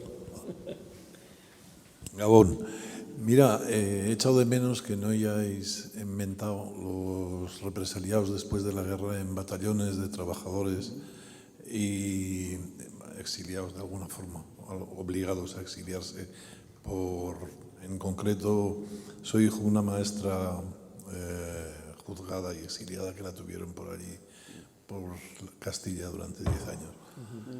En cuanto a la iconografía, que ahora preside gran parte de la geografía de Euskadi, has hablado, Eric, que es mucho mayor que la que existió en tiempos de la dictadura o esto. No creo, perdón, creo que ha sido Barroso, ¿no? No, tampoco. No. Por ahí no. Luego se explicarán. Vale. Nada más. A mí yo tengo la impresión de que a los sitios donde iba me crié en un pueblo donde en el pórtico de la iglesia había una fila de caídos por Dios por España en el ayuntamiento, una orla de mujeres que las llevaron a Bilbao. Vamos, allí donde iban a los cementerios estaban llenos, en cuanto que ahora no me da esa impresión. Es más, mi madre estuvo aquí en el Colegio San José, detenida, y nunca eché de menos que el gobierno socialista en San Sebastián en algún momento, antes de la memoria histórica y todo esto, no se le ocurriera una plaquita y esto fue una cárcel de mujeres por la libertad, nada más. ¿Vale? Gracias. El caso de su madre, o de su abuela, perdón, es un caso claro, de una maestra depurada y desplazada. Yo lo que le decía antes es sí, desplazada por expediente, sancionada despreciada. Sí, eso sería algo y bastante bien librada salió. Sí, Alena San Simón también es otro sitio de infosta memoria. Eso que ha dicho, tío, es de toda razón. Eso, le vuelvo a decir, eso es en Francia, y aquí tendríamos, vamos, hasta fuegos artificiales. Aquí tenemos un olvido con lo que yo llamo el mapa de la memoria, es decir, identificar esos sitios. Y ahora es terriblemente fácil hacerlo. De hecho, yo estoy trabajando precisamente en un mapa de memoria. Aquí, el Ayuntamiento de San Sebastián, en épocas pasadas, hizo un mapa de memoria que curiosamente se parecía mucho a uno que había hecho otro señor que tenía también puesto por ahí, alcaldes anteriores no, vamos a decir memoria, entre comillas, sin adjetivos, ¿no? Pero sí, yo creo que eso es una cosa que habría que hacer. Y digo que tenemos un poco de superabundancia de memoria. Efectivamente, tenemos un montón de monumentos desperdigados por todas partes. En San Sebastián, es que no sé si hay 4 o 5. ¿No? Era una carrera a ver quién pone más monumentos. De memoria, además, señores, que yo recuerdo de memoria, el del Palacio Goicoa, el de allí del Puente de Hierro, el que está aquí en la Zurriola, y alguno más hay por ahí, que yo recuerdo, vamos. 5 o 6. 5 o 6, o sea, una carrera a ver quién pone más monumentos. No, hombre, vamos a hacer una cosa digna y ya está. Y lo que decía, la desaparición de la otra memoria, que no es que sea glorificarla, que es conservarla, es que hay que explicar las cosas. Es decir, ¿hay que volar el Valle de los Caídos? No. Hay que explicar qué es el Valle de los Caídos. Hay que explicar para que las generaciones sucesivas sepan lo que es. Claro, esto yo lo digo aquí y mañana en algún periódico pueden poner de franquista para arriba. Pues lo siento, no soy como las de la iglesia embalada de trompeta que acaba volando la cruz. No, soy partidario de mantenerlo identificado y explicado. En fin, son muchas más. Y lo que dice usted, eso es muy fácil. Eso con un código QR actualmente se puede poner ahí una plaquita, un señor con un móvil puede documentarse perfectamente lo que ocurre ahí. El Asilo San José es un sitio, claro, de memoria, evidentemente, pero hay muchos en San Sebastián. Batalla de trabajadores, pues, bueno, pues aquí hubo bastantes. La famosa línea P la hicieron los batallones de trabajadores. La carretera de Jaizkibel la hacen los batallones de trabajadores. Muchos, lo que pasa es que los batallones de trabajadores, la documentación que hay es más bien escasa. Son listados de nóminas, entonces pues tampoco aportan gran cosa. Hombre, hay gente ilustre como Marcelino Camacho, ¿no?, que estuvo haciendo la carretera de Jaizkibel, ¿no?, pero muchos, son muchísimos, evidentemente. Luego hay otro matiz, que es la explotación económica de empresas que utilizaban prisioneros como mano de obra, esclava, evidentemente. Por eso le digo que cuando hablamos al principio que hay muchas cosas de la guerra civil, claro que hay muchas cosas todavía, muchísimas cosas. Lo que hay que decir que aquí ya aprovechando que las instituciones tienen que apoyar, que las instituciones tienen que subvencionar, que las instituciones tienen que poner fondos, porque, a ver, el investigador tiene una mala costumbre, que es comer todos los días. Entonces, pues bueno, hace falta, hay que viajar, hay que hacer fotocopias, esas cosas, pues bueno, en fin, ya puestos aquí, pasamos la gorra. Suerte. Si me permites, y tienen que dejar que los historiadores hagan su labor. También. En fin, yo las experiencias personales que tengo de temas de memoria en el Ayuntamiento de San Sebastián son extremadamente negativas, pero vamos a dejarlo ahí. Sí, vamos a dejarlo ahí, sí. Vamos a dejarlo ahí. Adelante. Yo quisiera puntualizar lo que antes comentaba, era que el País Vasco en la actualidad es la comunidad autónoma con mayor monumentos dedicados a los represaliados del franquismo.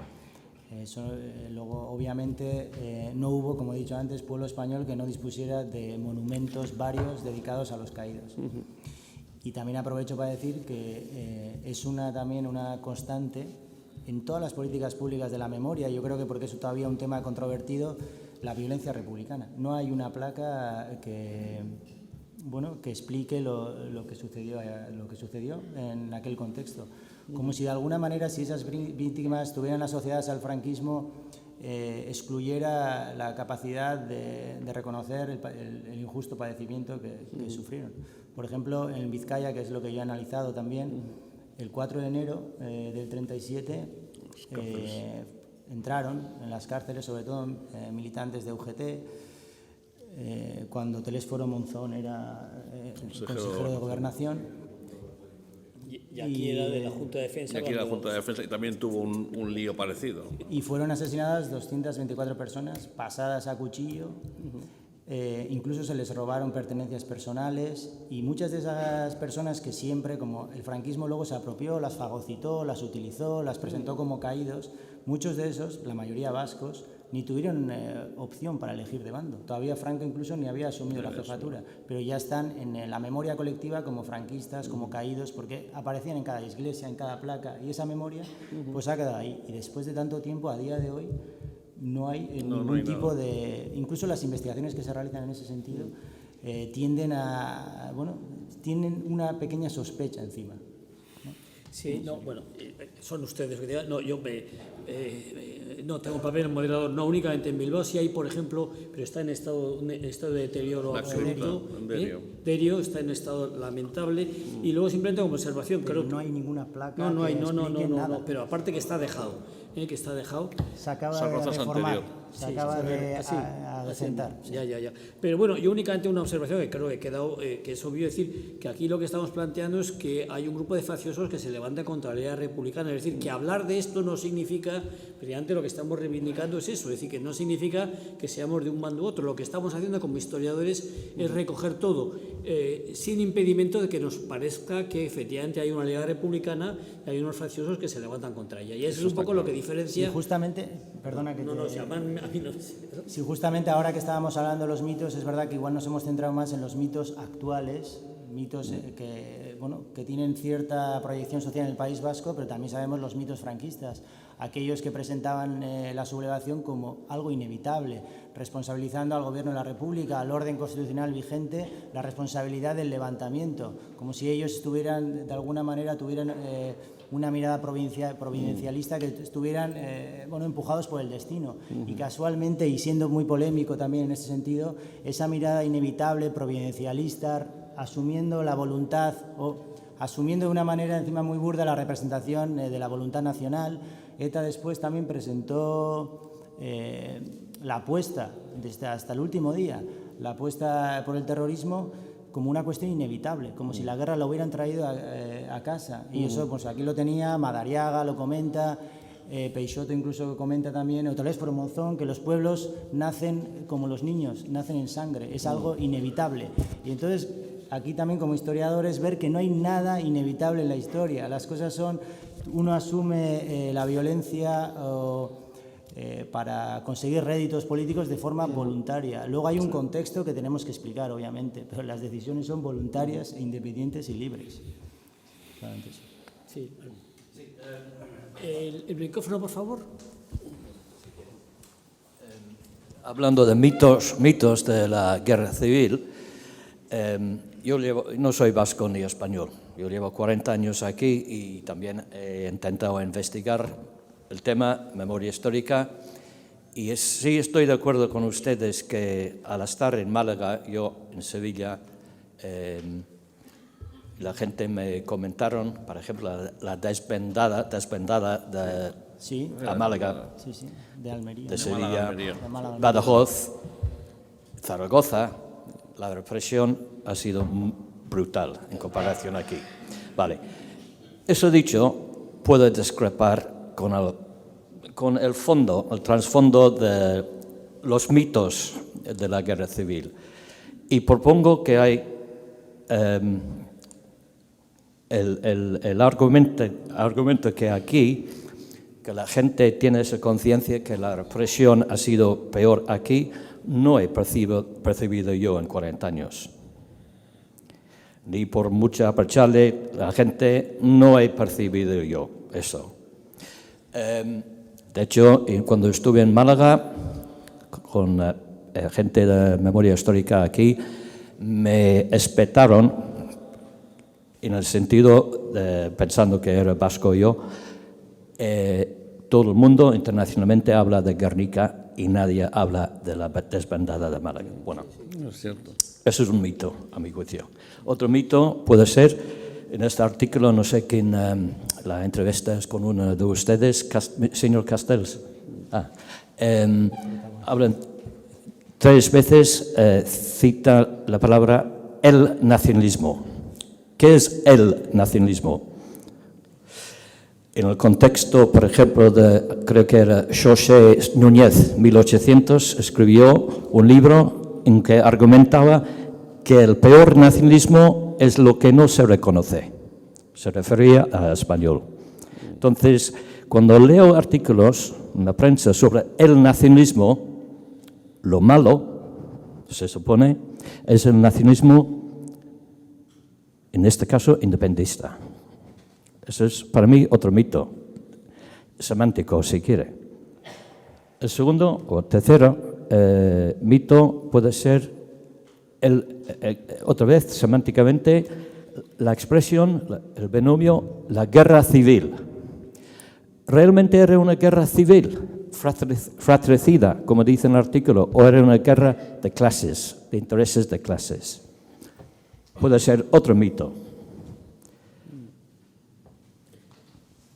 Bueno, en el cual yo estoy aludido muy brevemente, Sí. a mí no me corresponde. Por alusiones. Por alusiones, no. Bueno, yo no voy a entrar con los detalles porque usted plantea temas muy complejos. Está claro decir que la guerra civil tiene muchos elementos, entonces no entramos en ellos, es decir, hay efectivamente un componente social indudable, hay componentes que hicieron lo que respecta al País Vasco de otros, digamos, de un cariz diferente. Por lo tanto, es decir, hay gente que lo que plantea son elementos de defensa de la República, hay quien habla de una tercera vía. Es decir, evidentemente la guerra civil, en una guerra hay elementos muy diversos y por lo tanto no se pueden solamente plantear entre una cuestión. Evidentemente los anarquistas, por ejemplo, pues planteaban sobre todo la idea de la revolución y significaba una estrategia distinta que lo podía tener pues algunos socialistas o los comunistas. No entrar en ese detalle. En lo que sí usted decía del tema del nacionalismo, o no, evidentemente en una entrevista uno generaliza. Lo que pasa es que lo que yo planteaba ahí es que en buena parte esa mitificación de la idea, que yo creo que es una idea fundamental, cuando hablamos de aquella guerra, es la idea de que hubo una confrontación España-Euskadi. Ya sé que no todos los nacionalistas dicen eso. ¿No? Yo le puedo a usted leer múltiples desde Aguirre, o sea, en el año 36 diciendo esto, hoy Monzón diciendo reiteradamente esto, ETA diciendo esto. Le voy a leer un texto. En el año del 2017, un autoproclamador de Estado de la Paz, Tess Echeverri, reiteraba esta idea que señalaba que el conflicto es muy largo y no nace con ETA, sino con el golpe de Estado de 1986. En este país tenemos más de 80 años de conflicto violento sin interrupción. Bueno, lo tengo aquí. Es decir, le podría aportar múltiples documentos en esa dirección. ¿Por qué? Porque hay una dinámica dentro de algunas formaciones nacionalistas o el nacionalismo en general de entender que hay un conflicto secular, que Euskadi ha sido, digamos, una víctima perfecta de ese conflicto secular que ha existido y que dentro de esa corriente la guerra civil ha sido un conflicto de una incidencia particular. Entonces no es un elemento aislado, es la idea, Euskadi ha estado secularmente oprimida y usted si lee no hace falta grandes lecturas, se lo va a encontrar rápidamente en lectores nacionalistas que le podría luego recomendar, incluso hablan de genocidio, etcétera, etcétera, pero efectivamente sí hay una idea en la cual Euskadi ha estado secularmente sejuzgada por España, sobre todo en el 19, gente que plantea guerras carlistas como guerras, digamos, de defensa de lo nuestro frente a España, pero en la guerra civil eso se explicita de una manera mucho más intensa y por lo tanto cuando yo estoy diciendo esto estoy planteando no el nacionalismo, pero sí el nacionalismo en general tiene, digamos, una afinidad hacia esta idea de somos una víctima perfecta del Estado español que ha estado secularmente oprimiéndonos y que ha tenido, digamos, algunos episodios en los cuales se ha estado manifestando más intensamente. ¿Usted no está de acuerdo? Perfecto, o sea, no faltaría más. Yo lo que es... tan generalizado. Podría ser ese concepto, esta percepción de victimismo que viene de un sector tradicionalista, PNV, por ejemplo, pero generalizado no creo. Sí, bueno, yo le podría dar citas numerosas lo cual no quiere decir que haya otros nacionalismos que no participen de esa idea. En el caso de ETA, abiertamente. En el caso del mundo de izquierda abertzale, absolutamente.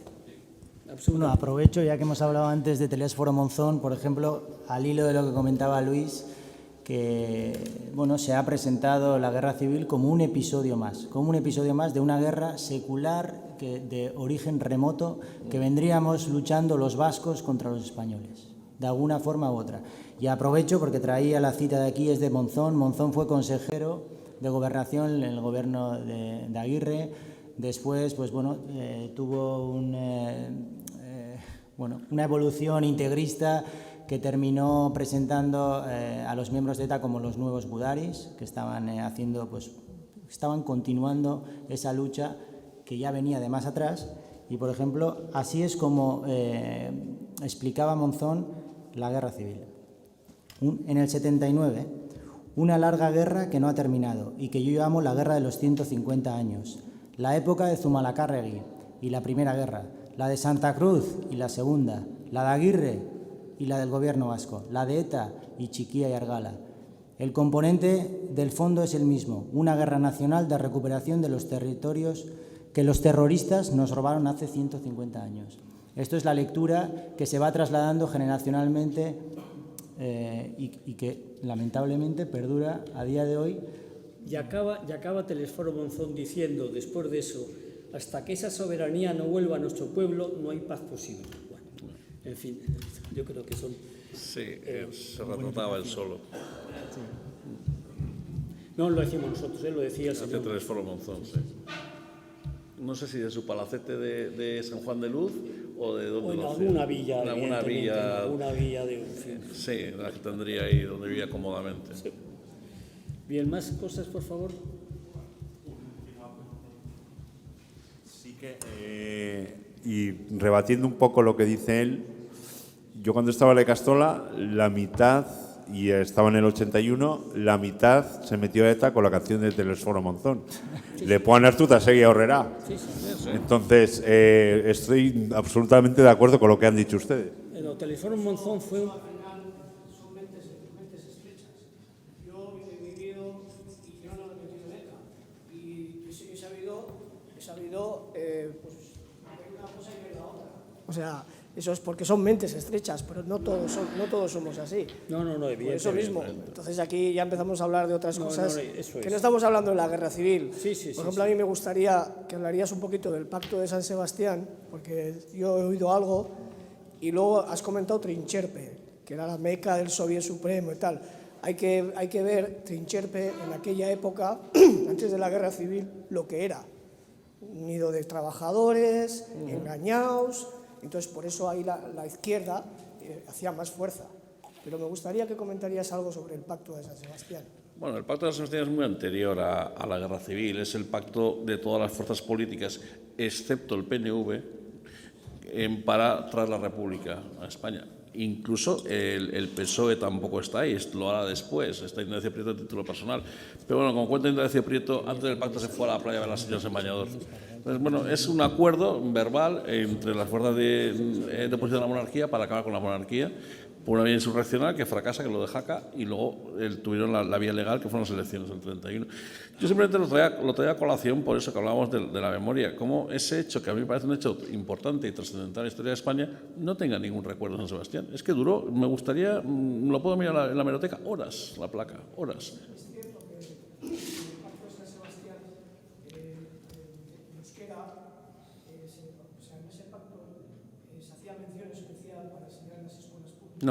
No hay documento del Pacto de San Sebastián. No hay ningún documento escrito. Ahí lo que contó Prieto, pese a que aquello fue un poco, vamos a ver, toda la oposición se va a reunir en el Hotel de Londres, toda la oposición allí, la policía estaba allí toda, claro, entonces se van a la calle Garibay, al Círculo Republicano, donde Sassiain, que es el Republicano Federal, se ofrece el círculo y ahí se reúnen. Ahora creo que es una clínica dental, me parece, es una clínica dental. Y Trincherpe pues era lo que llamaban la quinta provincia gallega. Eran pues gente de la mar que estaban allí, trabajaban en los bacaladeros y tal, y bueno, eran gente muy curtida, y bueno, de hecho las huelgas más duras de la República salen de Trincherpe, es en el enfrentamiento de la Tegorrieta entre la Guardia Civil y el Sindicato de Avance Marino de Trincherpe, cuando hay 6 o 7 muertos ahí en el rodado de la Tegorrieta. Es quitando la Revolución de Octubre, la huelga más sangrienta de toda la República. Hombre, le recomendaría un libro sobre el movimiento obrero en Guipúzcoa de un señor que, en fin, poco recomendable, donde sí le dedico unas cuantas páginas a esa huelga. Y hay un libro sobre pasajes en la Segunda República que está disponible en Internet.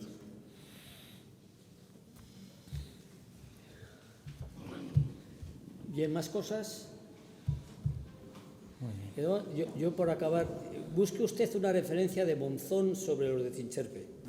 Cuando vienen detenidos navarros y en la comparación que hace entre esos detenidos navarros y los de Trincherpe. Ya verá. Sí, Monzón.